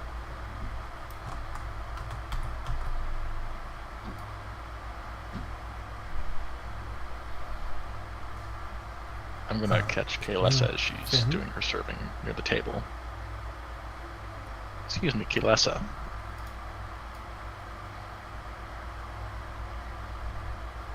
Yes? I was told by Harburg that you might know if other things need to be done around the town. Or possibly if you know anything about some of the rumors around the town. And who exactly would like to know? Well, I guess the whole group would, but specifically my name is Pikmin. Well, let's walk over to your table. I'm not a fan of repeating myself. Sure. Okay. And Kalessa and Pikmin walk over to your table, right? And she kind of puts her hands on her hips and she looks around at you guys. She says, "So, you're interested in the goings-on around Red Larch, are you?" Yes. Yes. She's like, "Well, and then let's have an ale." And she kind of pulls out a stool and she sits down and she looks to her left and she looks to her right. And she realizes she's sitting right next to Finn. And you see her kind of inch away closer towards Rev. She kind of leans over to you, Finn. She's like, "I really am sorry. It's just the mice give me the heebie-jeebies, and I didn't. I was not expecting it. One that was 2 feet tall and talked. It's gonna take me some time to get used to you." Nah, it's okay. I'm pretty used to it. Well, if Oh, it that's would make sad. you feel better, you should know that he helped your town get rid of the bandits. Oh, did he now? Well, that's so Yes. very nice of him. So then she kind of sits down and she closes her eyes and takes a breath. She's like, "So, I believe, that, any monster slain, any bandit killed helps Red Larch become that much safer. And, I'm so very grateful. So I'll help you and I'll tell you what I know. You see,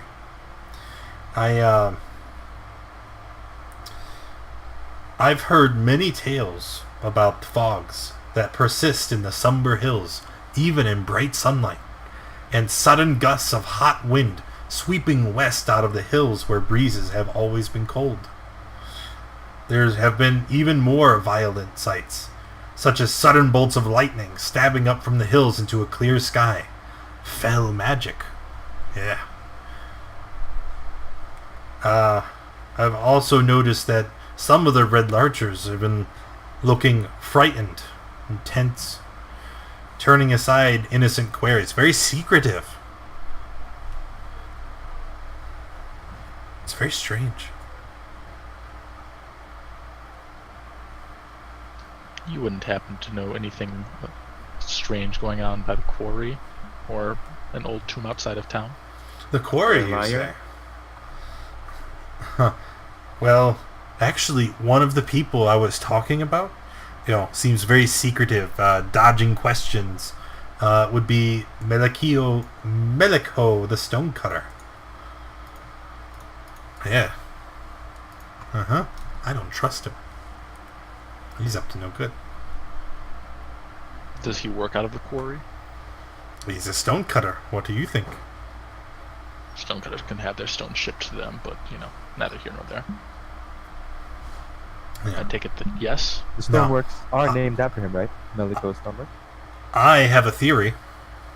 Uh, My theory is that the source of Red Larch's recent troubles, it's all related to an evil presence over at Lance Rock. Neither the constable nor the town elders have helped her. They think I'm just spouting nonsense. They're not interested in investigating further. But if you would be willing to go and investigate on my behalf, I would be willing to compensate you. And she kind of, pulls at the collar of her blouse.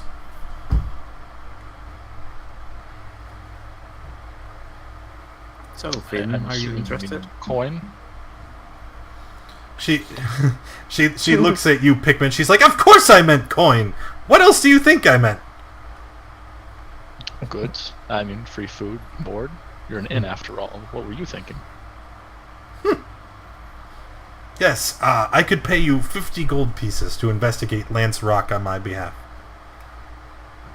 Just even if you confirm that there are no sinister forces lurking there, it would be immensely helpful.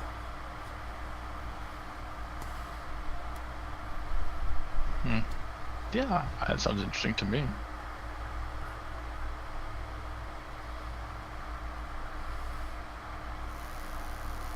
Yes, I'll help you.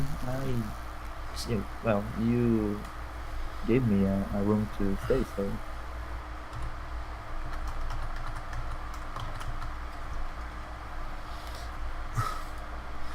Okay. She's like, "Well then, it's very, very good. Very nice. Here, have another round of ales on me."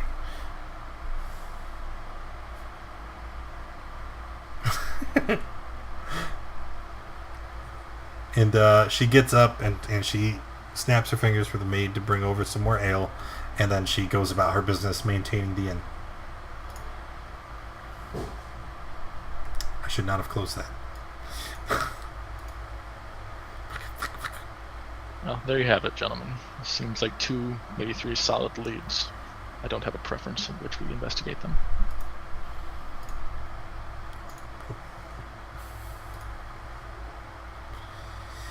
neither do I. So maybe we should go to the one Kalisa is paying us for. After all, she's paying. although the quarry is just close by, we can ask around with the workers, and then as night falls, we can camp out. Oh God, I hope it's not blowing this fucking grass. It's hot in here. Too hot. That's fine. We should also speak with the grounds owner.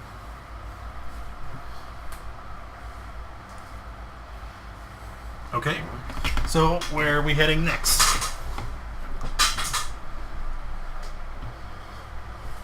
If no one's opposed, I think we head to the quarry.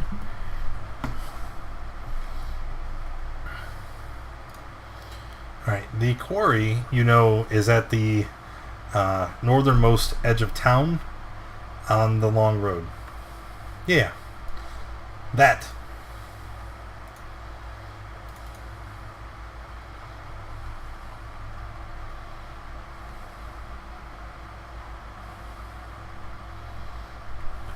Let's go then.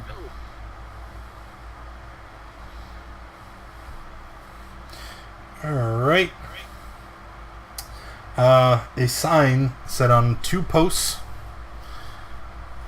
and a scrap of weedy lawn out front reads Meliko Stoneworks. And the quarry pit begins just behind his house. which serves as the business office and the home of the quarry owner.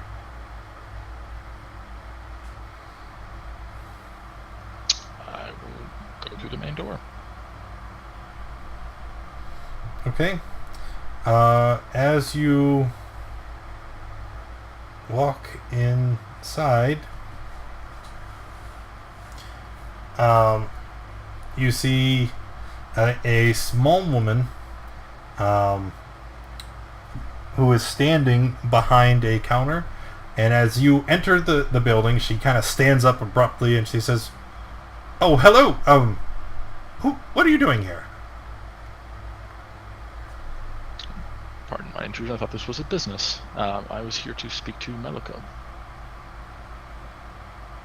I am Meliko. Alberi Meliko, to be exact. What business do you have with me? Honestly, one of curiosity. I've been told that there were some strange goings on, and I find myself to be a purveyor of rumor and interest, so I was looking for more information. Information about what? Well, quite candidly, I'd heard rumors that there were strange sightings at night in the quarry. Mm-hmm. That is correct. You see, the quarry's been backed up recently because of it. You know, when orders for the stone that we mine here are backed up, I usually have the cutters work night shift by torchlight. Over the last month or so, however, they've been scared off by mysterious dark-robed figures wearing stone masks who watch them from the shadows. It's very strange. They haven't actually done anything, though, have they, aside from being maybe impolite? Oh, no. That's exactly correct. All the rumors about the Watchers are overblown, and the miners are just a bunch of sissies. I mean, all they do is stand and watch. What harm can come of that? I think that everybody needs to just shut their traps and get back to work. Interesting. Was there anything else strange that happened a month ago when they first appeared? No. Not that I can think of. Are you sure? No newcomers to town? No. Other than you six? No. I'll tell you what, if you're so interested in the going-ons around town, I have something for you to test your mettle against. There is supposed to be a legendary treasure that is said to be hidden in Trickle Rock Cave. I'll even give you directions.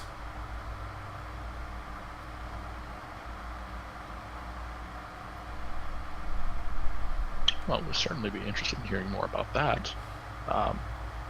While we also plan to look into your mysterious night watch, I don't suppose it'd be beneficial if your workers felt like working at night, wouldn't it?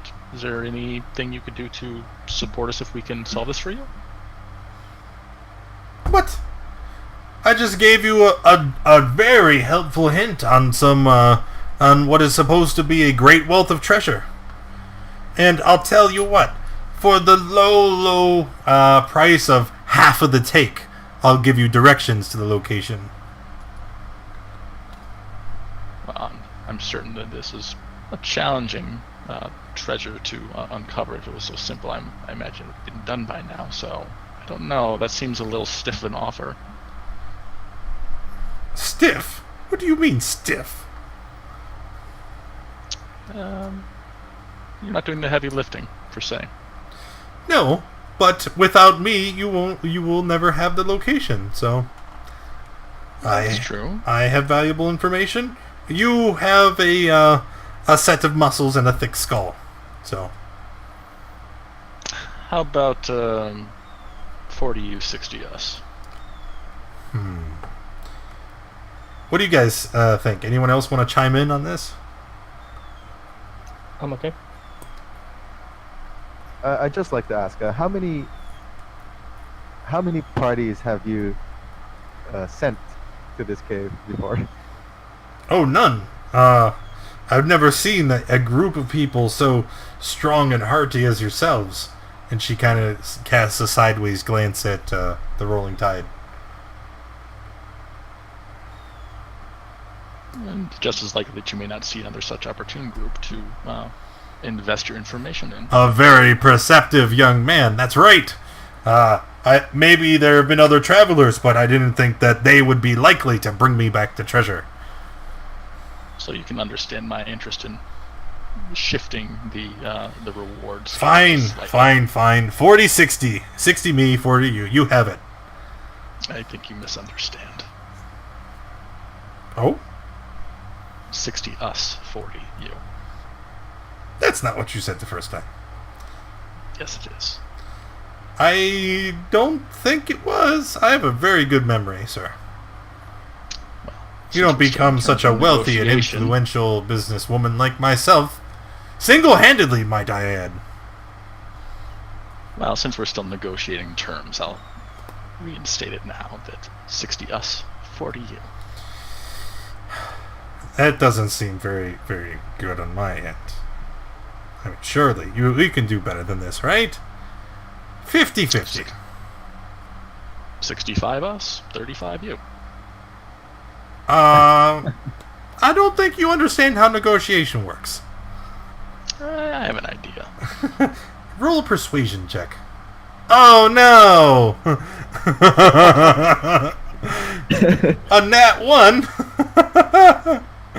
So she looks at you and she crosses her arms and she's like, no. I will not accept anything less than half the take. Either you can accept it or you can leave it. But I've heard there are a great manner of wonderful things. Magically imbued armors and weapons and instruments and all types of things. Fine. I see we're at an impasse. 50-50. Okay. 50-50. And she begins to give you directions to Trickle Rock Cave, which is going to be far to the east. I think. I don't know, I'm too lazy to check. It's in a direction. Alright, does anybody want to say anything else? No? It's to the southeast. Did we arrest at the inn? No, you just kind of went there and you could take a short rest, or, there's nothing really pressing you for time, so if you wanted to go and take a long rest, you certainly could. You can leave in the morning. I don't know if we plan on taking a rest or if we plan on investigating the night watchers, so that maybe we could take a short rest before that if necessary, or we could go off to something else. We could ask the workers what time they usually see them pop up. See if it We fits. might just as easily be able to ask the owner here, but certainly I don't mind. I have a feeling that the workers would know more since they're on the ground as opposed to the owner who just sits up here. And that was my theory. Well, after you. We're done here. So we Okay. She did give us the full directions to the place and everything, right? Yep. Yeah, I'm satisfied. So as you exit the main shop where the office and begin to head into the actual quarry, she comes running out. Whoa! What are you doing? Permission entry into the quarry is forbidden. Do we have your permission? No, civilians can't go in there. If one of you were to be hit by a falling rock or some such, I would be sued. But I thought we were in your employ. You're not in my employ. Not in the quarry. This was a personal transaction.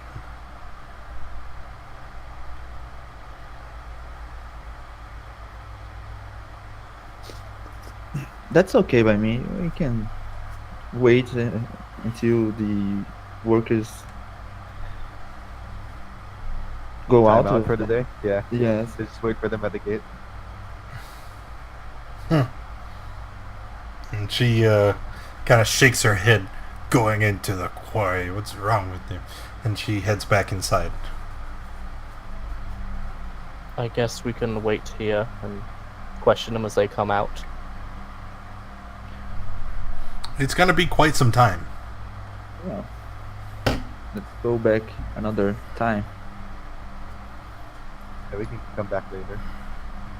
Remember, I said it's like mid-afternoon. I'll say like 3, 4 p.m. How far away is the cave? Oh, it's it is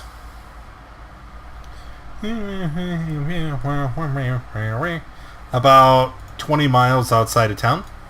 Whoa. Which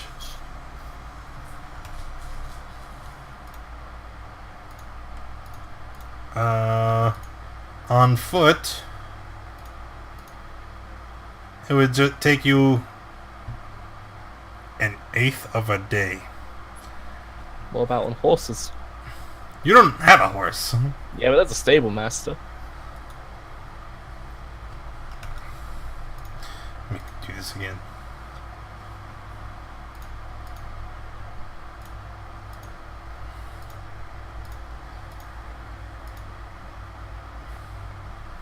Slightly less.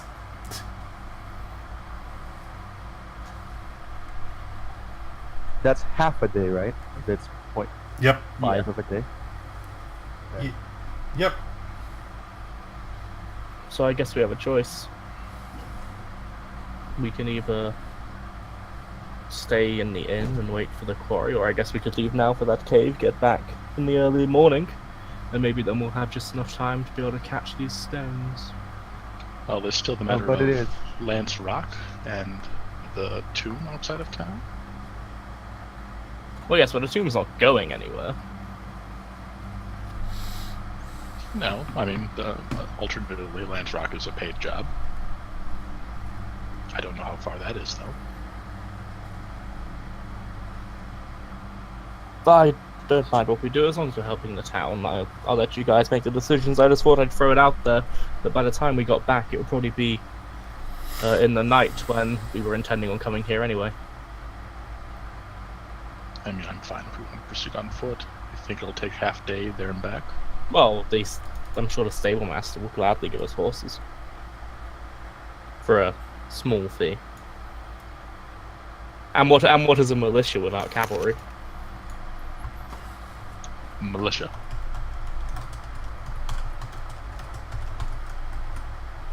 Anyway, yes, we can go talk to the stable master. Okay, so back to the inn.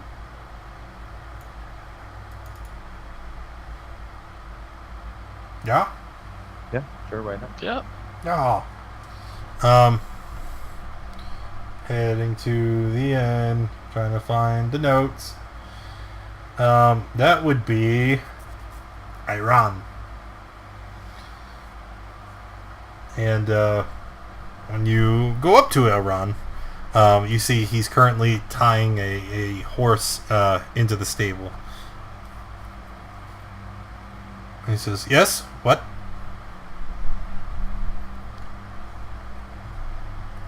You seem to be better at marketing than me, Pickman. Go ahead. My voice is quite tired. Feel free to.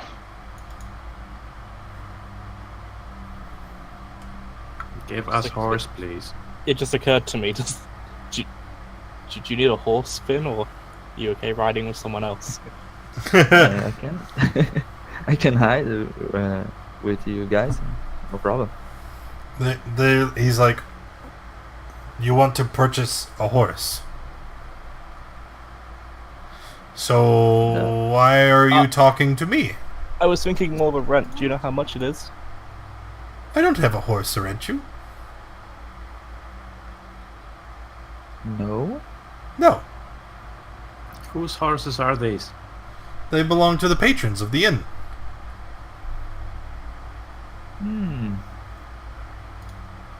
Oh, I suppose this stable master is more of a valet. Kind of. That's what she told you, that he takes care of the mounts and animals brought in by the inn's patrons.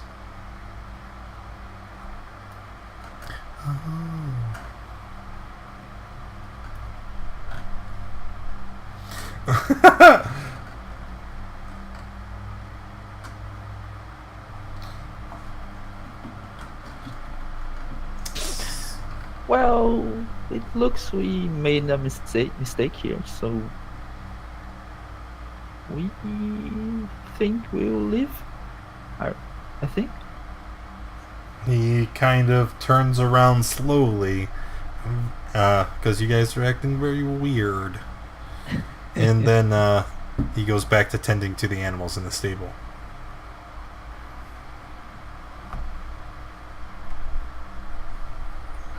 So we going on foot now, right? I don't think I want to take the journey by foot this time. Maybe we just go to check out that tomb after all. Yeah. Let's go there. Well, I don't think we know where the tomb is. I don't think we know where it is yet. But Why don't we go find whoever it was who saw it? Kaylessa! She was the one that told you about the tomb. She's gonna hate us. Why is she gonna hate you? Who's gonna go arrive at hers every 5 minutes? Yeah. Alright, we're here again. Only come in at night, mouse. Stop coming in.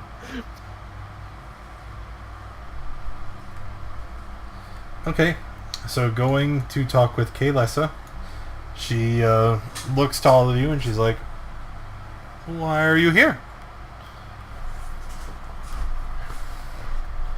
We want to know where that tomb is. Tomb. Oh, you mean Lance Rock? I didn't say anything about a tomb. No tomb? A tomb. Yeah, mistakes were made again. Now, Kaylessa says that she thinks there's an evil presence at Lance Rock and wants you to check and make sure that no sinister forces are lurking there.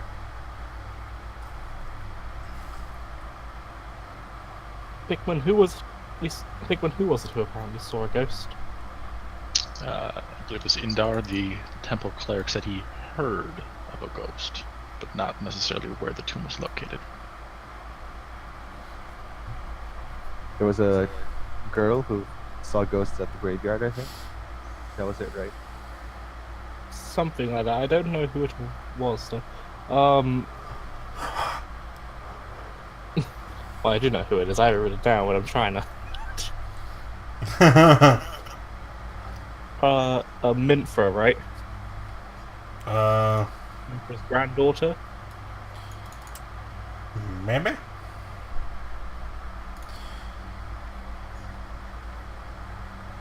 There's like 5 different handouts just for this, so I have to keep constantly shifting through them. In any case, we can go to Lance Rock first if it's close. I'm sure we'll find more about that. Minthra, yes. Well, I'll leave it up to you guys where we go. Although that's clearly not been very helpful. I think it makes most sense to travel close and then consider long distances as, later on we've got plenty to do locally. Let's go find this granddaughter then. So, bitch. Go! What? They want to know where she lives. Who are you asking? The entire party. We Can could I go use back to the this? cleric and ask. Kaylessa might know right here in front of us. It's not lore. You can't. Lore of a tomb and somewhere, I don't know. No, but you're trying to figure out where the kid lives. Well, we don't need her. Whatever. Just ask Kaylessa. What's her name again? The granddaughter? You never You don't learned the know. granddaughter's name. You knew the Minthra? Minthra's daughter says she saw a ghost.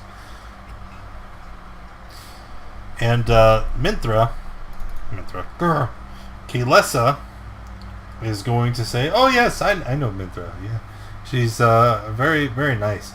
Actually, Minthra, she owns what? She owns the Ironhead Arms. And they're just down the road. If you travel south, it'll be the third building on your left. Great. Do we need anything else before we leave? I'm sure we'll be back soon. Yeah. Alright, that's fine. Let's go. Is Volkvar awake? What? I don't know. he was- Volkvar sat down in his chair and went back to sleep. He actually has no idea what the hell's going on. He's just waking him up and telling him he's leaving. He's like, okay. Wait, did we leave without you and come back? Pretty much. Like, nothing was discussed with Volkvar, so he just stayed asleep in his chair resting. Thank God we came back. We left something behind. I'm gonna go and attempt to wake Volkvar up. What? You're tired. Come on, we're going to go find something about a granddaughter. It's at a blacksmith, I assume. Is it one of mine? Why, it could be. I don't know.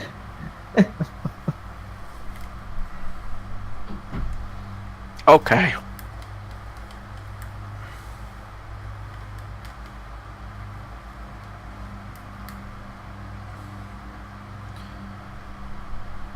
Okay. It's Hoppa all over again. A nat 20 for the DM. Oh, thank you. I think he is. He must want something. He wants a new iPad or something, clearly. Yeah, because you just gave me a second nat 20. Mistakes are made. Alright, so walking down to the shop. Do you remember where it was? Third building on the left going south and should have some outside stuff on it. You're trying to make me go back Go back where? to the inn to ask where the shop was again. No. There's like a sign with a sword on it, right? Alright. Walking up to the Ironhead Arms.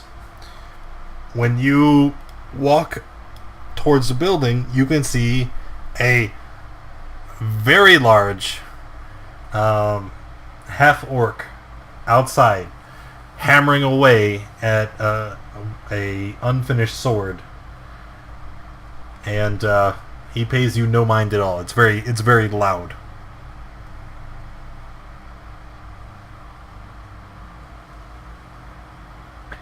Hey, sir. Sir. He's just clanging away. Clang! Clang!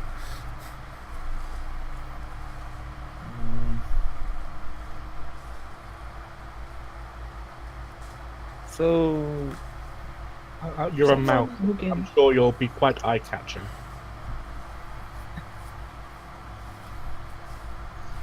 what? Can I use prestidigitation to make a little arrow on the anvil, pointing at us? Yeah. Yes, you can. And then you see him raise his hammer, and then he looks at you, and he turns and looks at Hello? you.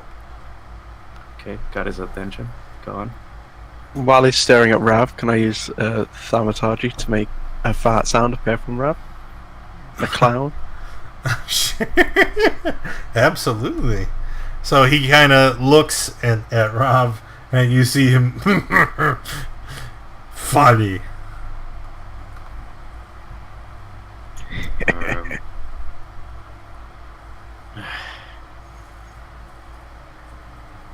He's just staring at you, kind of slack-jawed. Are you a Minthra? Muntra. No. Ironhead. Is she inside? Mintra. She's over there. He points to the building.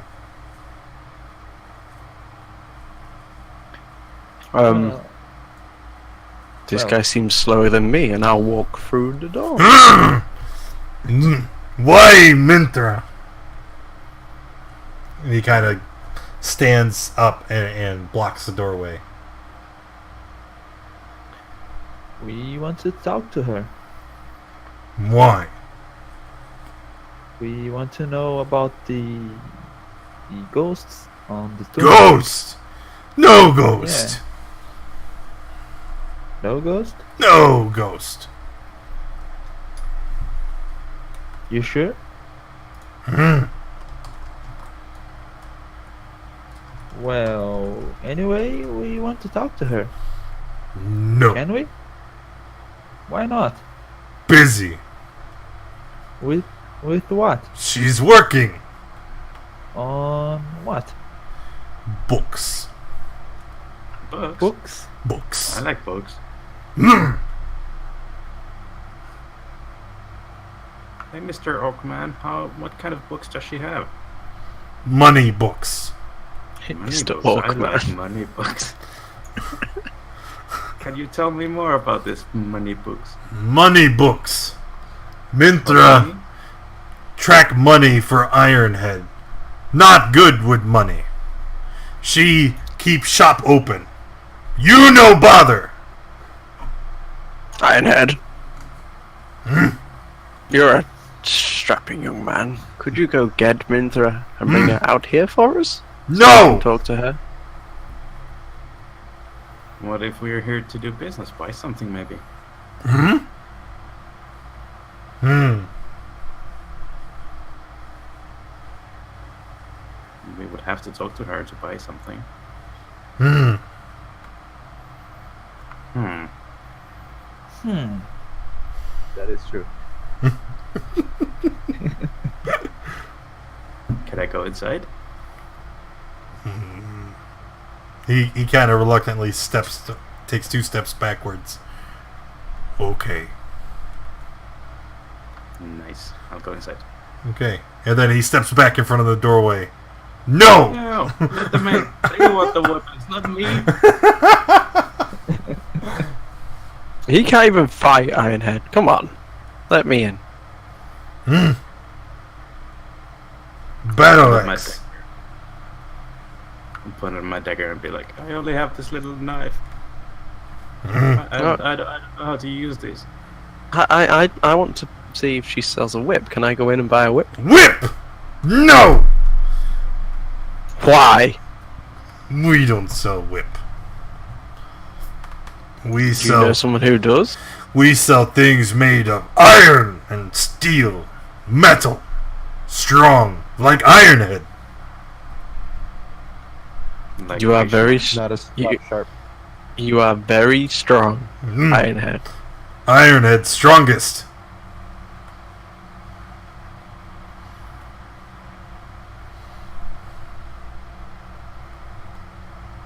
Is there another shop that'll sell her whip? No whip. Battle axe. Battle axe kill foes. Best weapon. I'm just gonna turn around and walk away. He's too. I bring out my mace and I speak to him in Orcish. Is he half orc or is he full orc? He is a full orc. Full orc. Yeah, I speak Orcish, so I'll say something like, I'd like to go inside and peruse your wares. Hmm. He responds to you again in common. Grumosh greet you. Buy battle axe. Ironhead make best battle axes. Strong, like orc. And he kind of clenches his fist. All right, I'll take a look. He Yeah. steps aside, allowing all of you to enter this time. All right, thank you. Inside, You step in. you see a elderly woman, kind of. She's got her head resting on one arm, and she's looking out onto the porch bemusedly. Right? She's like, "Oh, don't mind him. He's actually quite a gentle soul." You know he's turning away your customers, right? Well, they are his customers. I mean, so he's free to do as he likes. Do you sell any whips? Oh no, Ironhead only makes weapons of metal. He's a blacksmith, not a leather worker. Chains? He may be able to do something of the such. Well, anyway, we are here to inquire about a rumor about a ghost. A ghost, you say?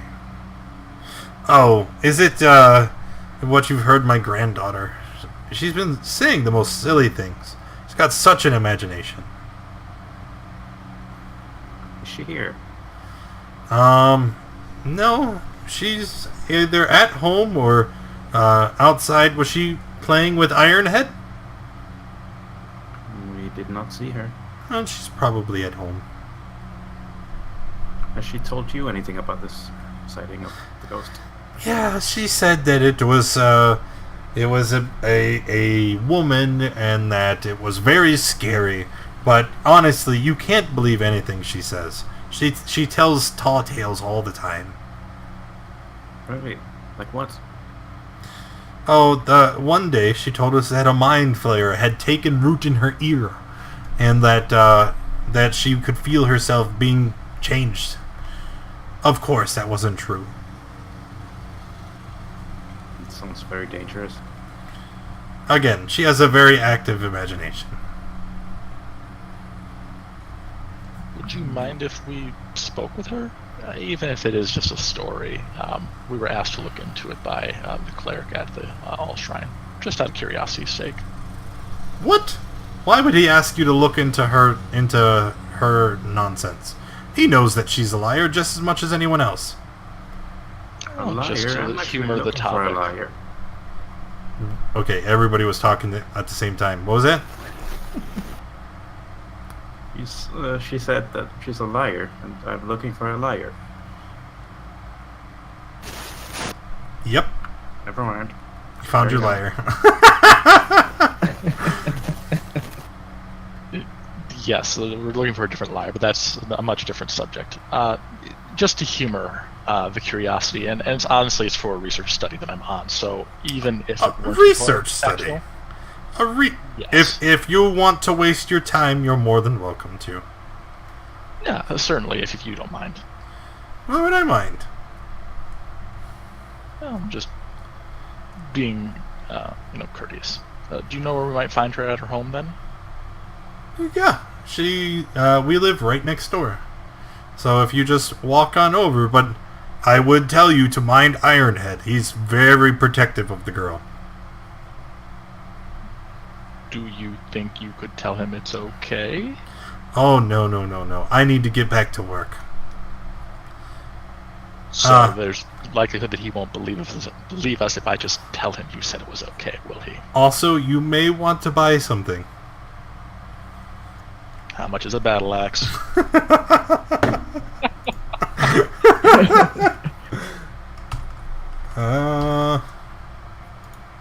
Do you need a battle axe tied? No, I'm pretty sure he doesn't need a battle axe. They are 10 gold pieces. What about No, the chain? I'll just take a dagger. How much is a dagger? Oh, no.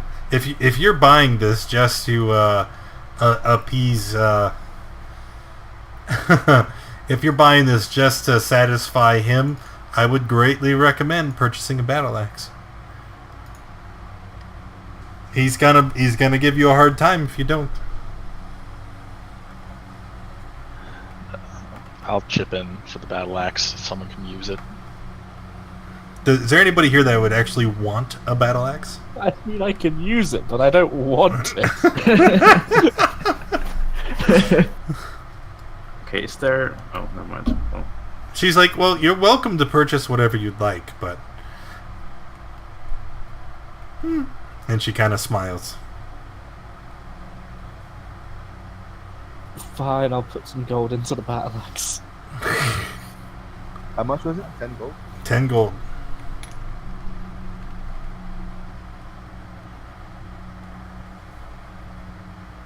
Well, we never know. We might need to cut some trees. You may need to cut a tree. Alright, so you have an iron head battle axe. And I'm going to put 3 in for the cost. I'll pay the rest. It's fine. Alright, going outside. Someone show him the battle axe. Alright. I'm gonna leave and be like, "Oh, this battle axe is amazing." And he grabs you, right? Like he doesn't even like make any sound. He just with an amazing and alarming swiftness, he just swoops down and grabs you and embraces you in the strongest, most debilitating hug you've ever had in your life. Yes. Ironhead axe, great! Very vicious, sunder head from foe. Yeah. So now that we have this battle axe, we need to go see the granddaughter. Would you let us in? Why? Because we have to use this battle axe. What? And he grabs you and he shoves you back inside the shop. What? Why? I don't want anything. You said you were gonna use the battle axe on the little girl.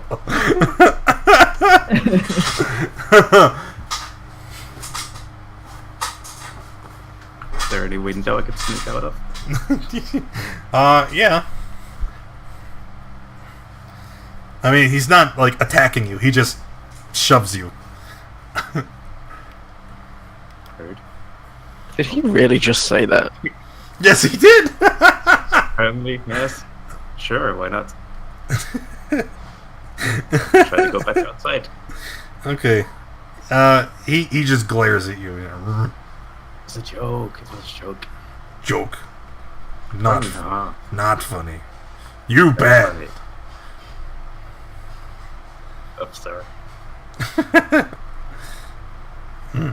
As it makes quite a commotion, right? Rob falling into the wooden flooring of the shop, and then Ironhead is making quite a ruckus. And so eventually the little girl walks out. She says, "What's going on?" And Ironhead, releases his grip from the rolling tide, and he picks up the little girl and kind of cradles him and her in one arm.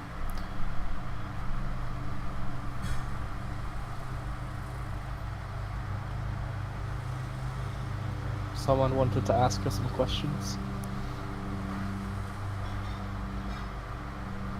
Yeah, I got it. I'll approach her and Ironhead. Ironhead, I'm sorry for my acquaintance here. He has a terrible sense of humor and was wrong for suggesting something so inappropriate. Little girl, what is your name? I am Mindy. She said Mindy. Mindy. Hi, Mindy. I'm Pick. That's a funny name. Yes. It's quite striking. I think you'll remember it. Anyway, I love stories. And I heard you have some great stories to tell.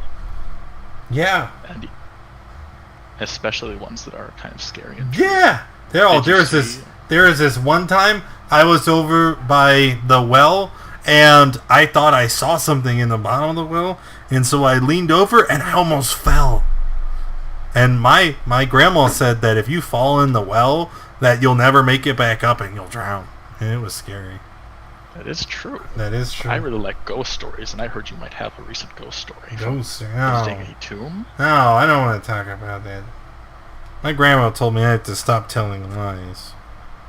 Well, I'm she gonna told get in me trouble. that you could tell me whatever you wanted, so I wouldn't mind hearing. Ironhead lowers his head to eye level and kind of glares at you. If you don't believe me, you can ask her yourself. She's right there. She gave me permission. I'll kind of look to her for some support. She's got her nose back in the book. She's paying you no mind. The little girl, the little girl speaks up and she's like, "There was I did see a ghost. Honest." Where? It was... I was playing outside of town, and it was this tomb, and it was hidden in a rock. Do you know about where? Would you be able to point me in that direction? It was just outside of town. It's along the long road. General direction?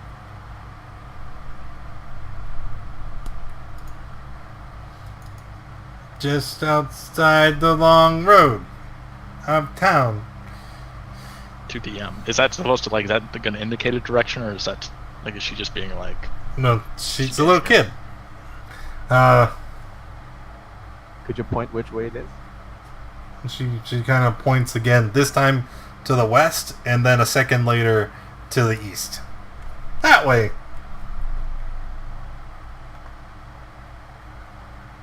Was there any markings by the rock? Markings? Well, you said it was hidden. How might we find it? Well, you just walk. I mean, it was just there. I see. What time was it when you saw the ghost? What time was it? Was it night? Yeah, it was nighttime. There's no ghost. Well, it doesn't hurt to look. Well, Mindy, thank you for your time. And if you think of anything else very interesting that happens, let us know next time we see you. My My insight insight. that she really saw a ghost. Sure. Huh. Isn't that his nat 1, though? No. Yeah. She looks like she's telling the truth. As truthful as a 8-year-old child can be. Were you alone at night in the graveyard, or what was it? Mm-hmm. Huh. Can I roll insight? Sure.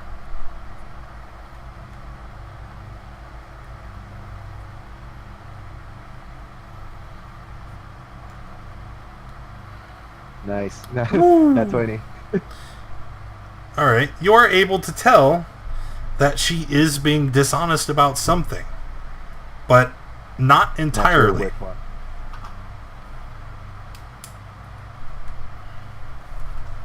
I say, come on, you can tell us. You can whisper it to me if you don't want anybody else to know.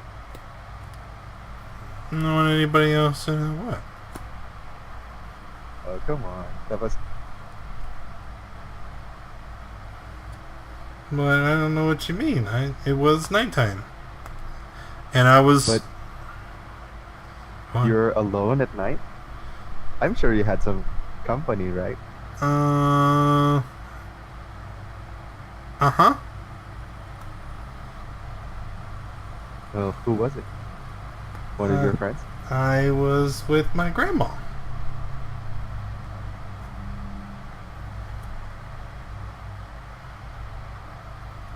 Hmm.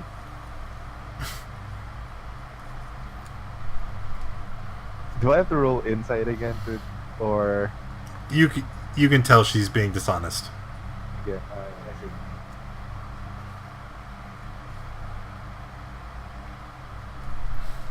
see. If you'd like, you could try to persuade her to tell you the truth.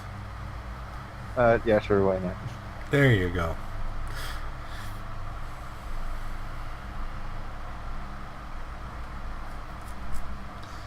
Okay.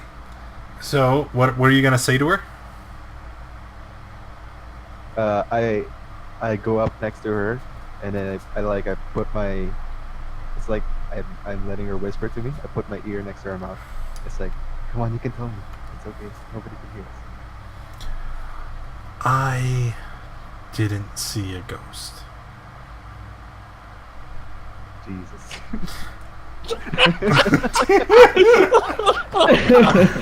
But my friend did. Yeah, he said that he saw the ghost outside of town And, you know, Pell said that he thought maybe it could be safe. But he told me where it was.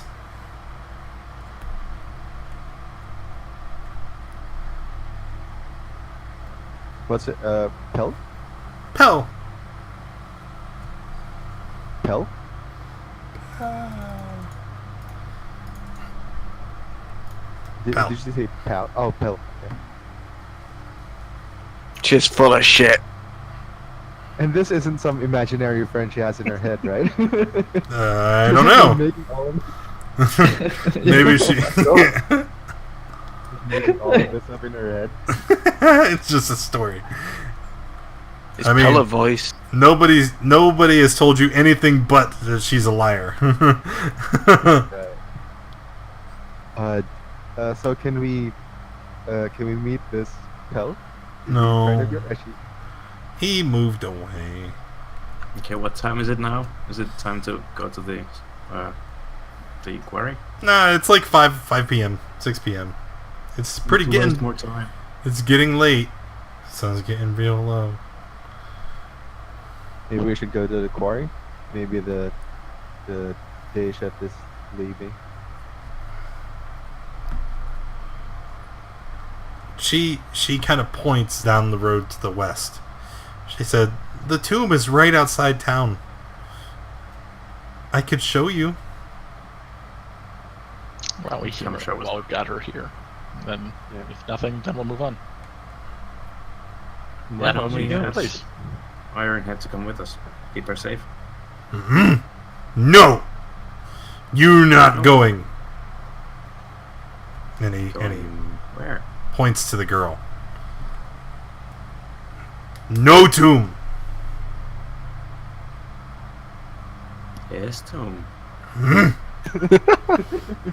Maybe if she tells you where. it is, Nope. you And can he follow walks us. up and he grabs you by the face, and his massive head just like wraps around your skull, and he pushes you And again. as he does that, I'll make my voice 3 times louder, and I will tell Ironhead to put him down. Hmm. Oh, my ears. And he Sorry. he complies very forcefully. He shoves him to the ground. Put him down.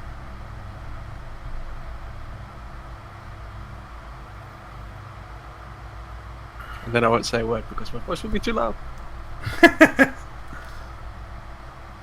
I think we can manage from here. Let's just go take a walk down the road to the west. I'm sure it'll be quick enough that we can get back in time for shift end. Well, Yeah. So are we just gonna take a look? she Sure. pointed in the other way. She Well, pointed she's- east as well. The second time she just pointed west. Yeah, that's one of that. Alright, indeed. I'll ask Ironhead. Like, I'll try to persuade him that we'll be right back with. Do you mind if we just take her for a quick walk? Hmm. We'll bring her right back. No! It'll be less than a. No! Let's not get the girl. And All right. we can go on.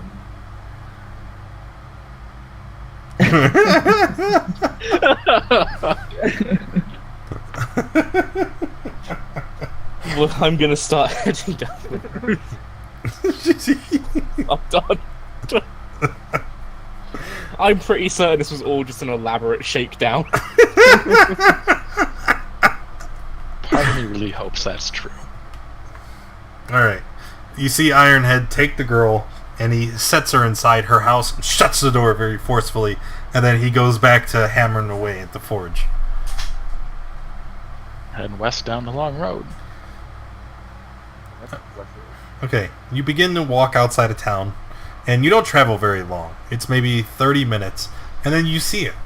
A dark, rectangular hole gapes amid the grass and vines of a nearby hill. You can see a stone door open in the tunnel's dim depths. The door bears chiseled marks that might have once been a name.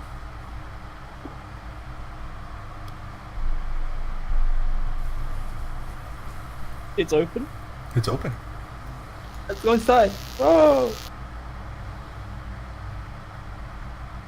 Yeah, let's go inside.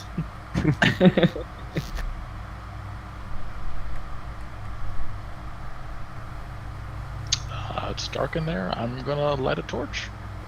Okay.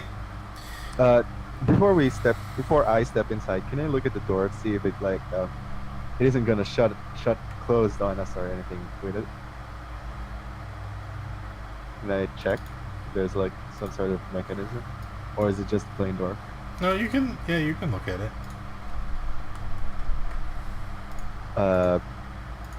What's that? Investigation? Yeah.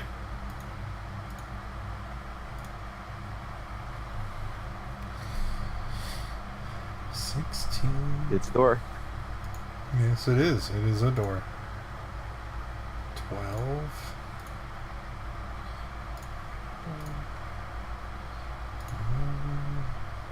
Wow.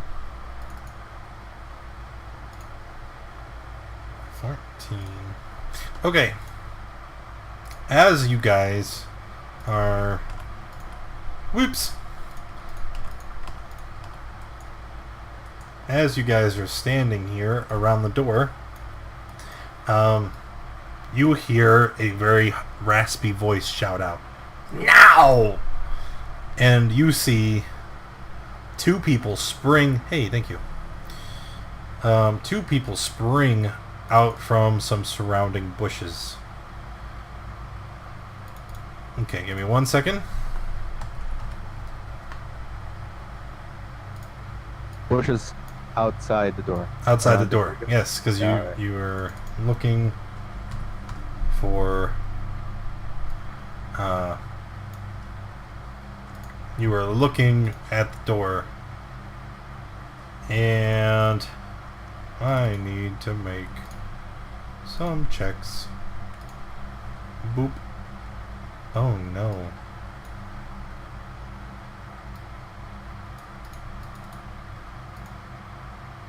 And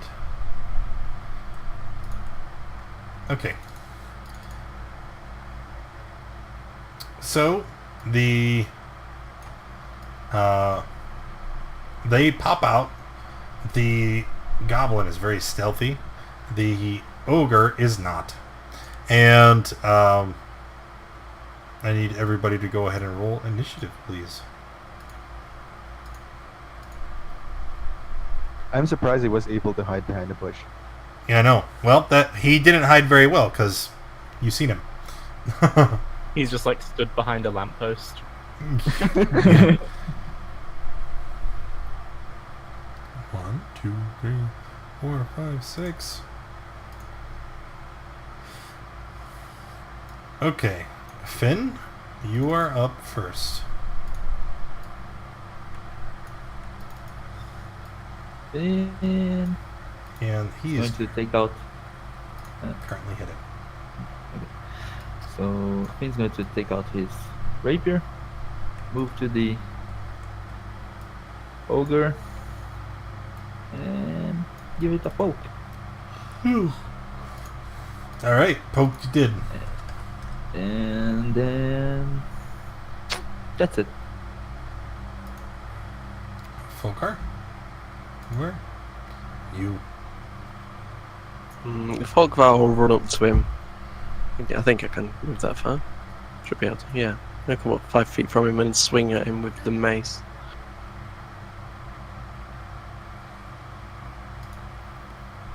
Okay. Yeah, that's his turn. Rolling Tide.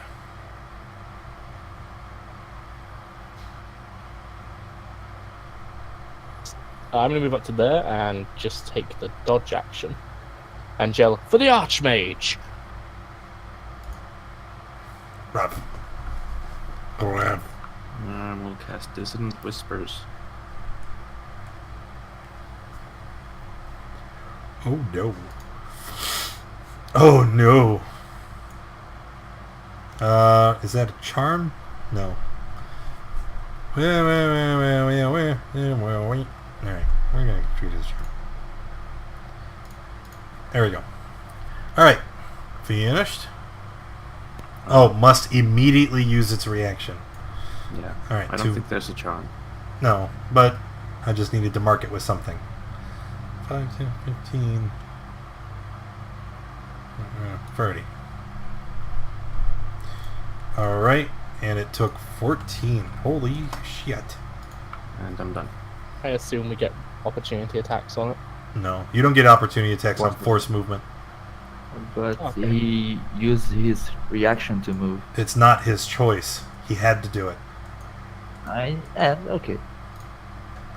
Alright. The goblin is going to pop out. And, yeah. Yeah. And it's going to pop out. And it's just going to stab at the rolling tide with advantage. Well, So he's normal. dodging, so normal. Yes. Where's the goblin sheet? I thought I opened it. There it is. Yeah. Oh. I'm going to have to do something about that. I haven't hit you at all. I don't care what it says, Finn.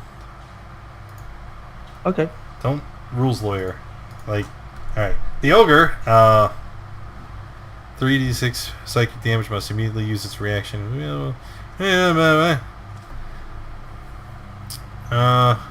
So, oh, it just happens once. I thought he had to keep saving against it.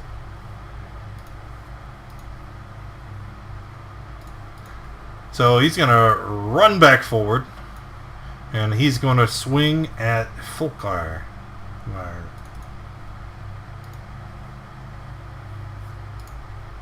And 15 is a nat 20.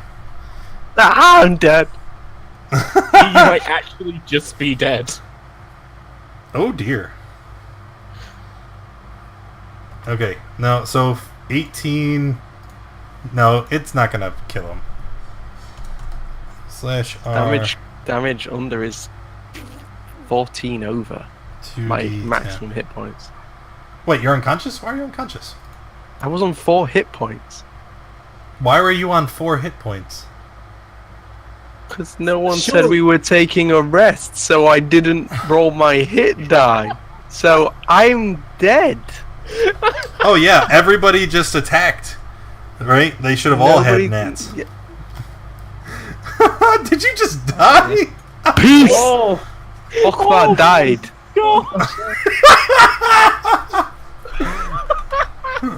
Thanks to rich cards. That's not counting. Like, I don't even have to roll anything else, right? You're just dead. No, you damn straight dead. if you exceed their maximum hit points in excess damage, you just outright kill them. Yep. Yeah, but didn't you say that if you wanted to, we could Take a short rest. But nobody Yeah. said But we nobody were taking did. a short rest, so nobody took a short rest. You're a cleric. Why didn't you just heal yourself?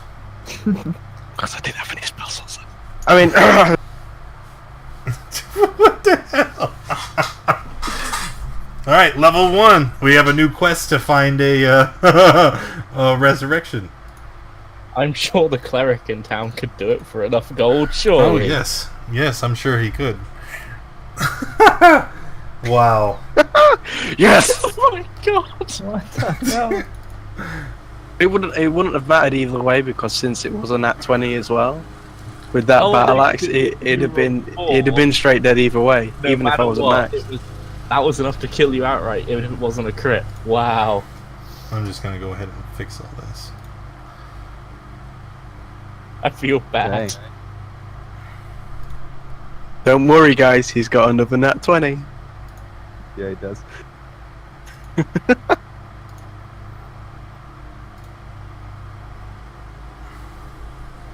F. All right, it's Gareth's turn. He's dead, right? Like, Dead, dead. No, yeah. he's dead. He's like cleaved in half, dead. Hooray, level 1. I'll move up here and try to hit the goblin. Okay. Gareth has a nat 1 hanging. Oh, okay. And that's a net one. Yeah, so you fumble. Alright. You lose your footing and fall prone. Although, you've only moved, what, 5 feet? Yeah. Although, more importantly, you were standing there. Oh, oops.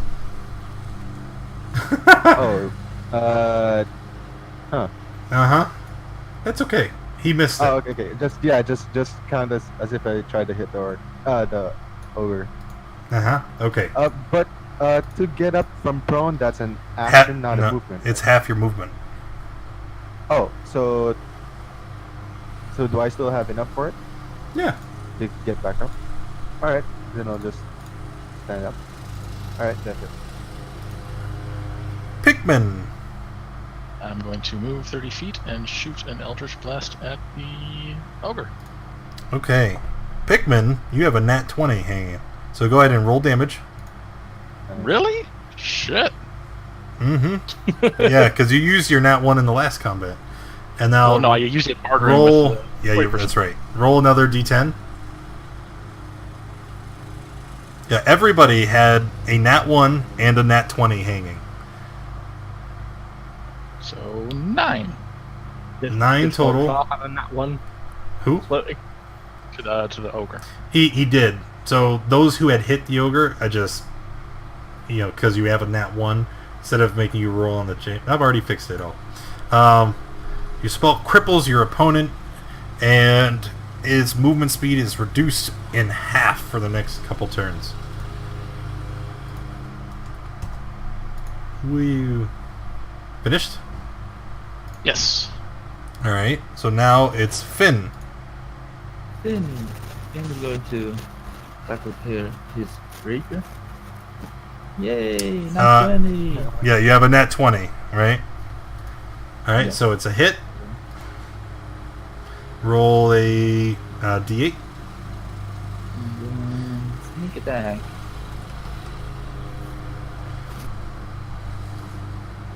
And that's it. What is nimble attack? Because my name is different. Oh, okay. And then for the weapon crit, cricket. As an effective fighter, you notice an escape route. If you would like, you are able to use a disengage action after you attack. Yes. Yeah. God damn it! I just he already mowed. Why is he mowing again? Oh my god. Just rubbing it in at this point. Folkvare's already did. Rolling Tide. I'll make an attack against the ogre. It is a nat 1. No! It's literally a nat 20 to a nat 1. Instantly. Yep. Womp womp. For your fumble, you're embarrassed by your poor showing, but nothing remarkable happens. You simply miss. Oh, phew. Yeah. Phew. All right. Rob? Let's do this again. All right. Rav, you had a nat 1 hanging. So, oh no, wait, I've already removed yours because you hit him on the last one. Okay, so yes. Wisdom save. Where did she go? There it is. Wisdom save. Failed, and he's not going to move anywhere. He's just going to fall over dead. Die, you monster. He did die. And then I'm So did done. one of ours. Now, DV4, it's not that he does it when I'm streaming on purpose. I'm not shitting you guys. This guy mows his grass all fucking day. Like, I swear to God, I want to punch him in the face. It's like I don't know if he's just OCD or if his old lady's on the back, so he gets on the lawnmower so he doesn't have to hear her fucking mouth. But it's all day. I don't think I've had a stream since summer started where this asshole's not on his lawnmower. It's like... Anyway...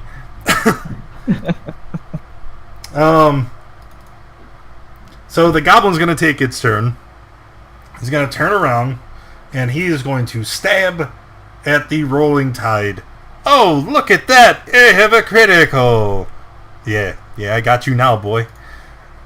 No. Alright, so scimitar slash for... I need to roll another 1d6. Woo! That max damage rolls. Total of 14 to the rolling tide.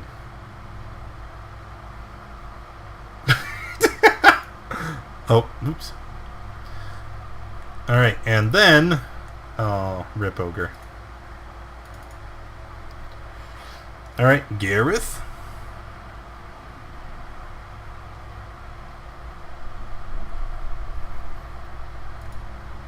I'm checking my spells.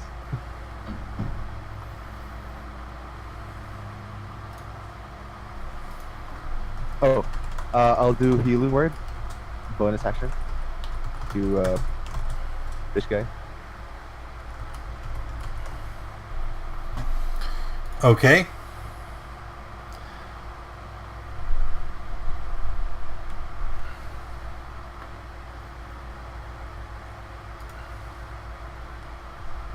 Then I move in and swing with my See, oh, mace.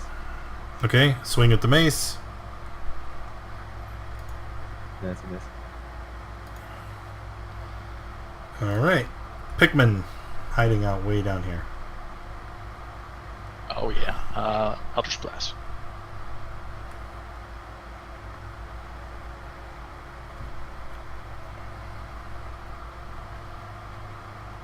Eldritch Blast hit for 3. Okay, Finn.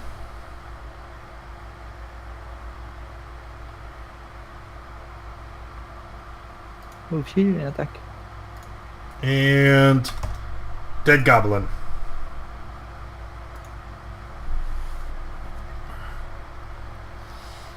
So I'm Well. gonna run over to Folkvar's body, knowing that there's a priest in town, hurl him up on my shoulder, and start running to town. I am. let's go, boys. How squat he is, he must be rather heavy. I'm just gonna run off on my own. You Yes. guys, bring me something from that cave. He's a rather portly old man. That's Is, the I'll main stab the cleric. ogre in the eye more repeatedly before we go. Guys in the first session at the graveyard. Alright, so running to the All Shrine, you walk up and you see that woman standing there still, and she claps her hands in like a prayer position. She's like, "Oh dear, what has happened?" He approached an ogre, and it did the ogre thing. Oh no! Here, quick, lay him down. Yes, lay him down. I dump him on the floor respectfully. She begins dump him on the floor respectfully. She starts collecting reagents, and she's like, okay, I need you to hand me that over there, and she points to some herbs. I do everything she says. Okay, and then she points to Rob, and she says, I need you to come and assist me, please. Go over. Yeah, and she's like, I need you to elevate his head, just hold him up. And Pull then his beard. she gestures and she says, quick, Gareth, help me pray. Help me. Oh yeah, sure. Sorry. His head's still even on his body. She Pick up the pieces. she lays her hands on each of his shoulders, and she looks around you and she says, the reagents for this ritual are very, very expensive. You will compensate me, yes? Of course. Of course. Okay, she begins to pray, and because he literally just died and was ran back to town, she is going to cast Revivify.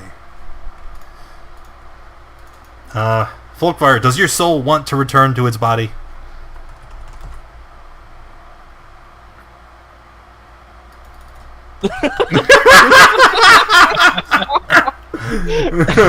I had to do it. Yes, it does.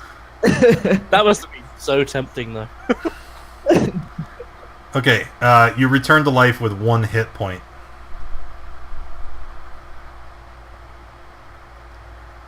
Okay.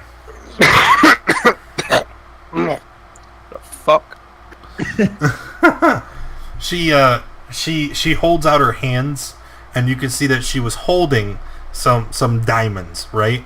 And as she opens her hand, the diamonds begin to wither away and turn to ash. And she kind of wipes the sweat away from Folkvar's brow. And she says, "Oh, that was a close one, friend." Too close. I was. Well, Which God did that to me? I am only so happy to be of service. Thank you so very much. If just please be sure to restock what was used from the shrine here. The diamonds that I have just used cost me 300 gold pieces, and I would greatly appreciate it if you could recompensate that to the shrine. And she begins to bow and nod towards all of you. Do you prefer gold or the diamond itself? Oh, it matters not. The only thing that matters is that we keep the reagents here on hand in case some other tragedy would occur again. Okay, I'll definitely repay you. Thank you very much. I'll throw all but 2 of my gold in. How much is that? 22. Oh, man. But Adventure Hook, we're in debt. Yeah. Yeah. That's right. Adventure Hook. We owe money. How much gold does Folkvar have? Just so I can keep track of that. 33. Here. I'm going to add a new handout to all of your journal. Debt management. Call this number. If we don't pay in 10 days, the church mafia is coming for us. Just a bunch of vengeance paladins. Yeah. maybe Harper too. Alright.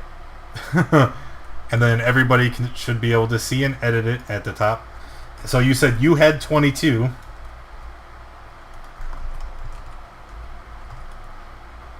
And then how much does everyone else contribute? I'm going to give 24.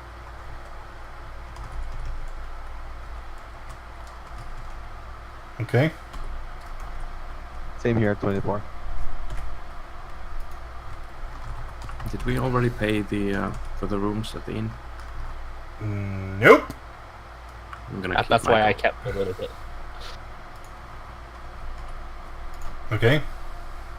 Anyone else?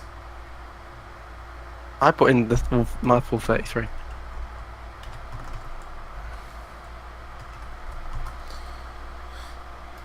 So I'll throw in 10. oh, look. The cultist is helping pay for your raised debt. When did we decide I was a cultist? When I you thought started throwing tentacles around. Perfectly innocent dispersal of natural energy outside of a different realm. Nothing to be worried about. It's a tentacle. But You should always be scared of tentacles.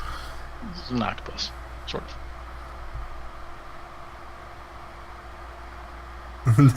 yeah, you gotta pay up or they'll repossess the revivification. Alright, so far you guys have paid 113, so you still owe 87 gold. That's not bad. Maybe we could sell the battle axe. Whoa! For 87 gold. We should at least go and look at that tomb, see if there's anything of value over there, or the You want to do bodies that left. right now? Yeah, what's the Maybe worst we that can should happen? rest. A bee stings Folkvar, he dies.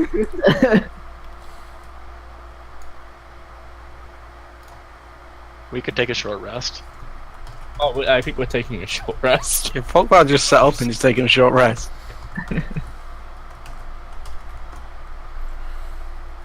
Yeah, I did. I was happy. Okay. Time to go back. That's funny. We should probably go back and investigate. Yeah.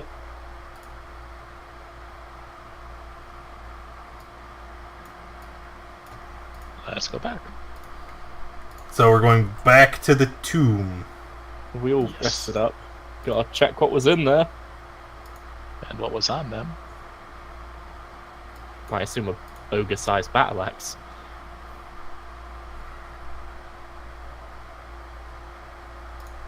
There you go. Can't type through the laughing. Okay, back to the tomb.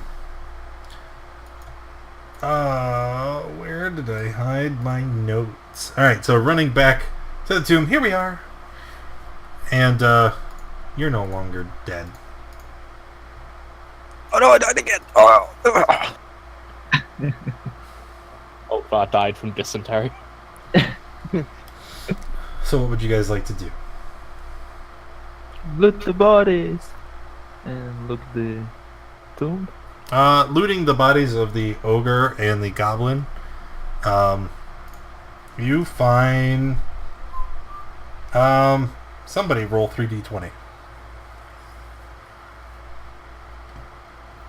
That's not how you roll a d20. Alright, there we go. 17, 10, and 20. Not bad. So that is 17 copper pieces, 10 silver pieces, and 20 gold.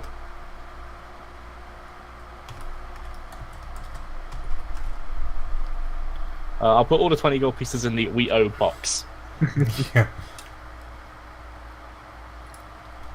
And I know they can fight over the petty change.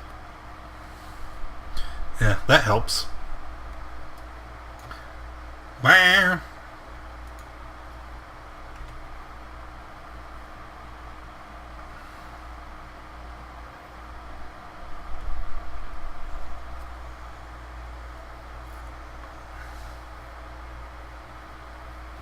Alrighty. What now? Can we look at the door now? Yes. There's nothing on the door. Except for the same description. Did I you gave say it you. looked like it used to be a name or something? Right. Used to be a name, but you can't read what it says now.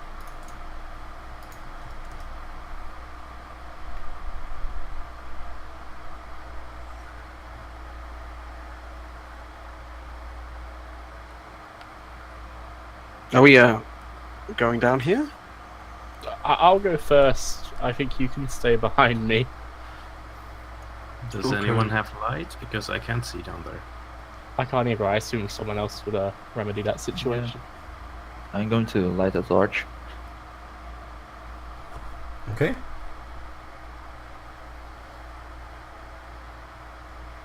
I'm good Yeah. with. What's in the hole? Alright, within the tomb passage, the stone door is open just enough to allow a small character to shimmy through. It opens inward into the tomb. So I'm going in. I just stare at Finn. Alone, yes. Oh no. Can we push the door open? It seems to be stuck. You can try. Do you see Sure. anything blocking it on the other side, Finn? Oh, let me check. Can I see anything on the other side? Then something pulls him in.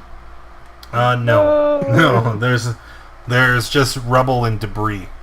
The tomb is quite old and a part of it has collapsed, and it's impossible to enter, to push the door open any further. No, there's no way to open this door.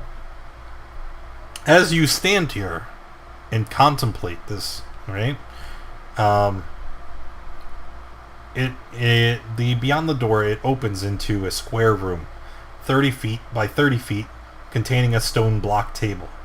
You can see stains and marks atop this slab, suggest rusted objects were once arrayed on it.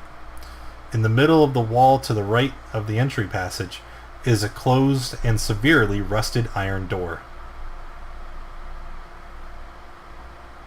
Is the door locked? I don't know. Are you going to try to open it? Yes. As soon as you touch Might not the be- iron door, too late! A ghostly, armored male human, wielding a spectral longsword, emerges through it. Also passing through Finn, and then standing in front of the table. Whoa. What Okay. you seeing in there? You guys are standing at the in the hall in front of this, so you can see the light from this specter, and you just can't enter the room. Wow, the ghost! He stops and he holds out his hand and he says, "Halt, intruder! You may not enter my master's tomb." Well, who is your master?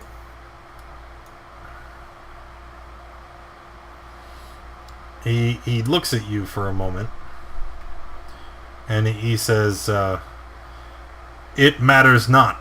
You do not belong here.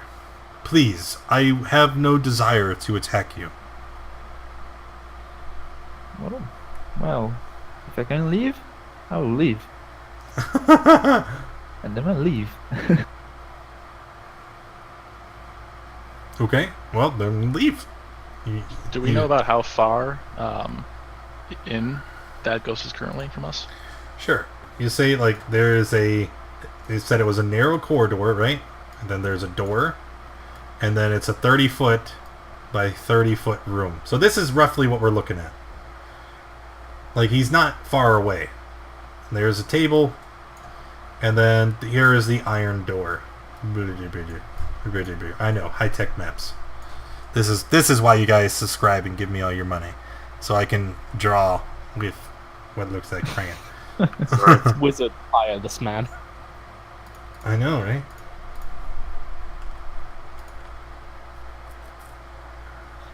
So the ghost wants that we leave. So do we leave? Can I shout at the ghost to come outside? Sure. And it Come and outside, ghost. it phases through the door and it stops here. Please Everything's leave. fine. There we go. We are Has- here to restore the tomb because it has been violated. Violated. Violated. The name seems to have been carved out. Would you care to tell us whose tomb this is? This tomb belonged to the great Mugra von Wuchtenstein. He was a noble, and he lived here millennia ago. He was a kind man, and he served all of the people in town faithfully. He deserves peace. How come you are here? I am his loyal retainer. I have tasked myself with protecting his tomb from people who would wish to rob it of its treasures. Has anyone else entered the tomb recently? Never. Why is the door ajar? Many have tried. And then he holds up his ghostly longsword. I'm sorry, I do not mean to offend. We are about to leave. I just required some information. That's all. You want to leave now? Thought we were coming here for the treasure. Treasure. It's a tomb. Yes, it's a tomb! A noble, yes, but it's a tomb. You are a man of faith. How are you going to raid a tomb? He didn't say it was a good faith. Fair enough. Ha! Joke's on you! I'm a cleric of Satan! Found the cultist. Found the cultist! There he is! Get him! It was him all along. Is this whole campaign just gonna be everybody going, he's the cultist? That's the one. Well, we know the cultist. It's the guy with the tentacle. We're all adamant we're playing an asymmetrical board game. Which one of us is the villain?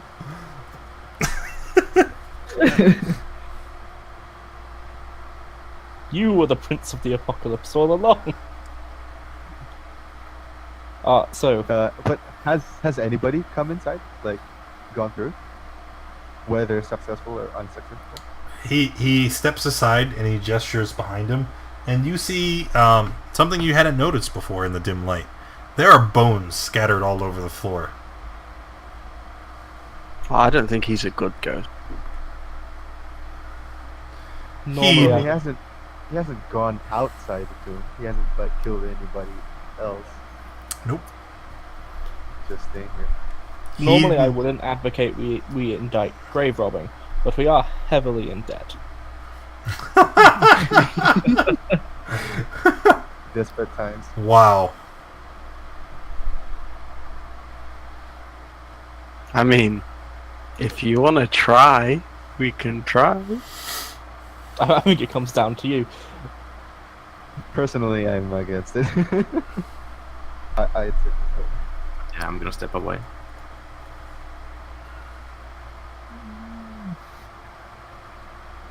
I asked the ghost if he's seen any children around recently. There was a young man. He was playing outside. He started to venture too close into the tomb, and I gave him my warning. He heeded it, and I let him pass. Wow.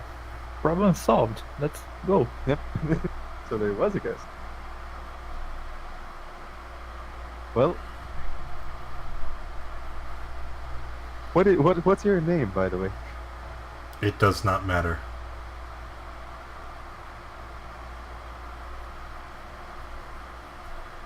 I feel like we could help, let town know not to approach here. We'll warn them of your presence. Just tell them to leave this tomb alone. And he begins to dissipate. Shall do. No. Come in, back. Folkvar. Folkvar died to get to this tomb! Your Pogba wants in. You wanna die again? Folkvar was happy to go to Valhalla. But we're so in debt. We're so in debt. Oh man, there's so much treasure in there too. You don't even know. Well, unless someone knows a way to open that door, we're not going in. Yeah, it is blocked with rubble. We could open the door. Yes. Stop Why, being guys? stingy, youngsters. Let's go. No. Well, it doesn't matter. There's only one of you that can fit through the door, and he says he's not going. He's only 2.5 foot tall, right? I'll pick him up and throw him. You stay in there until that ghost is dead, and you bring me my treasure. We owe the money, goddammit, go! That's it. Folkvar, grab one arm, I'll grab the other.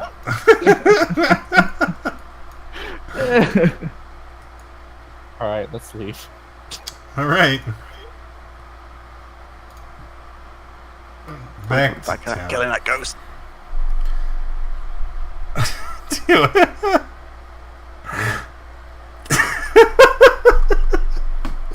Twitch chat's bacon, you guys. We're getting roasted. One tiny death and the party gets gun shy. I've never seen a whole party blocked by a single specter. I'm so scared. I want to go kill this. Oh man. So returning to town, defeated.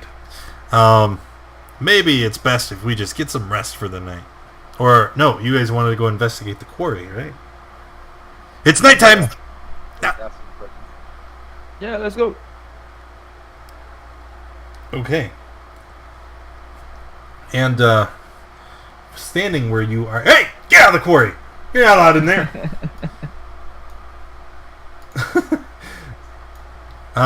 Standing where you are, you see a lot of the workers are packing up their stuff and they are exiting through the road.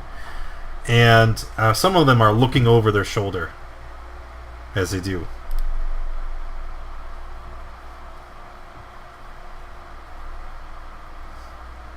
Cough. I'm gonna go approach one of them and try and stop them. He's like, what are you doing? Come on, man. I've worked a long shift. I want to go home and get something to eat. I'll flash him a single gold piece.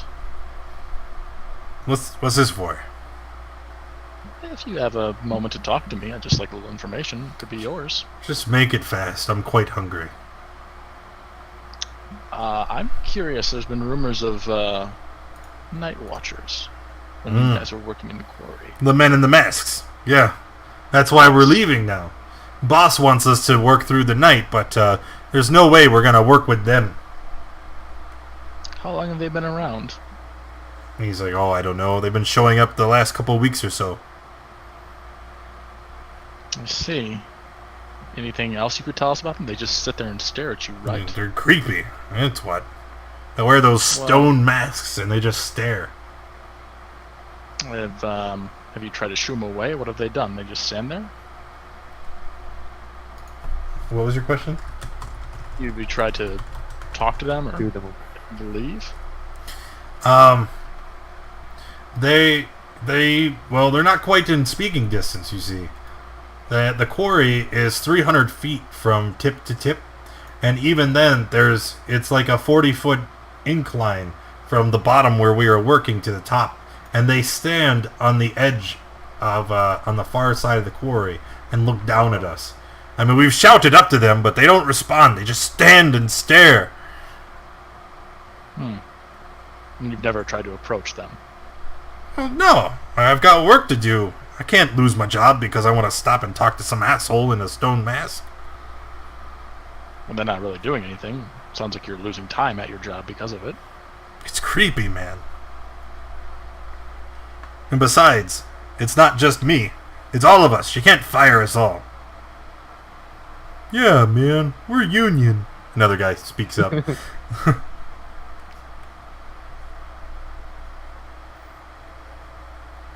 If we wanted to try and go and talk to them without going into the quarry because we're not allowed, how do you think we could get up there? Oh, I You don't go around, I suppose. Yeah, you'd have to walk around, but I doubt they'd still be there by the time you got there. We could hide on the hill, or it looks like a hill, on the left side. Seems to be a good vantage point. Anything else we want to ask them?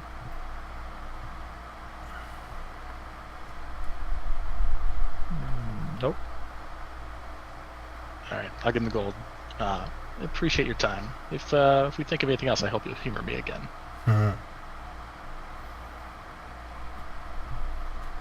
He begins to walk away, muttering something about miserable crumbled bread again.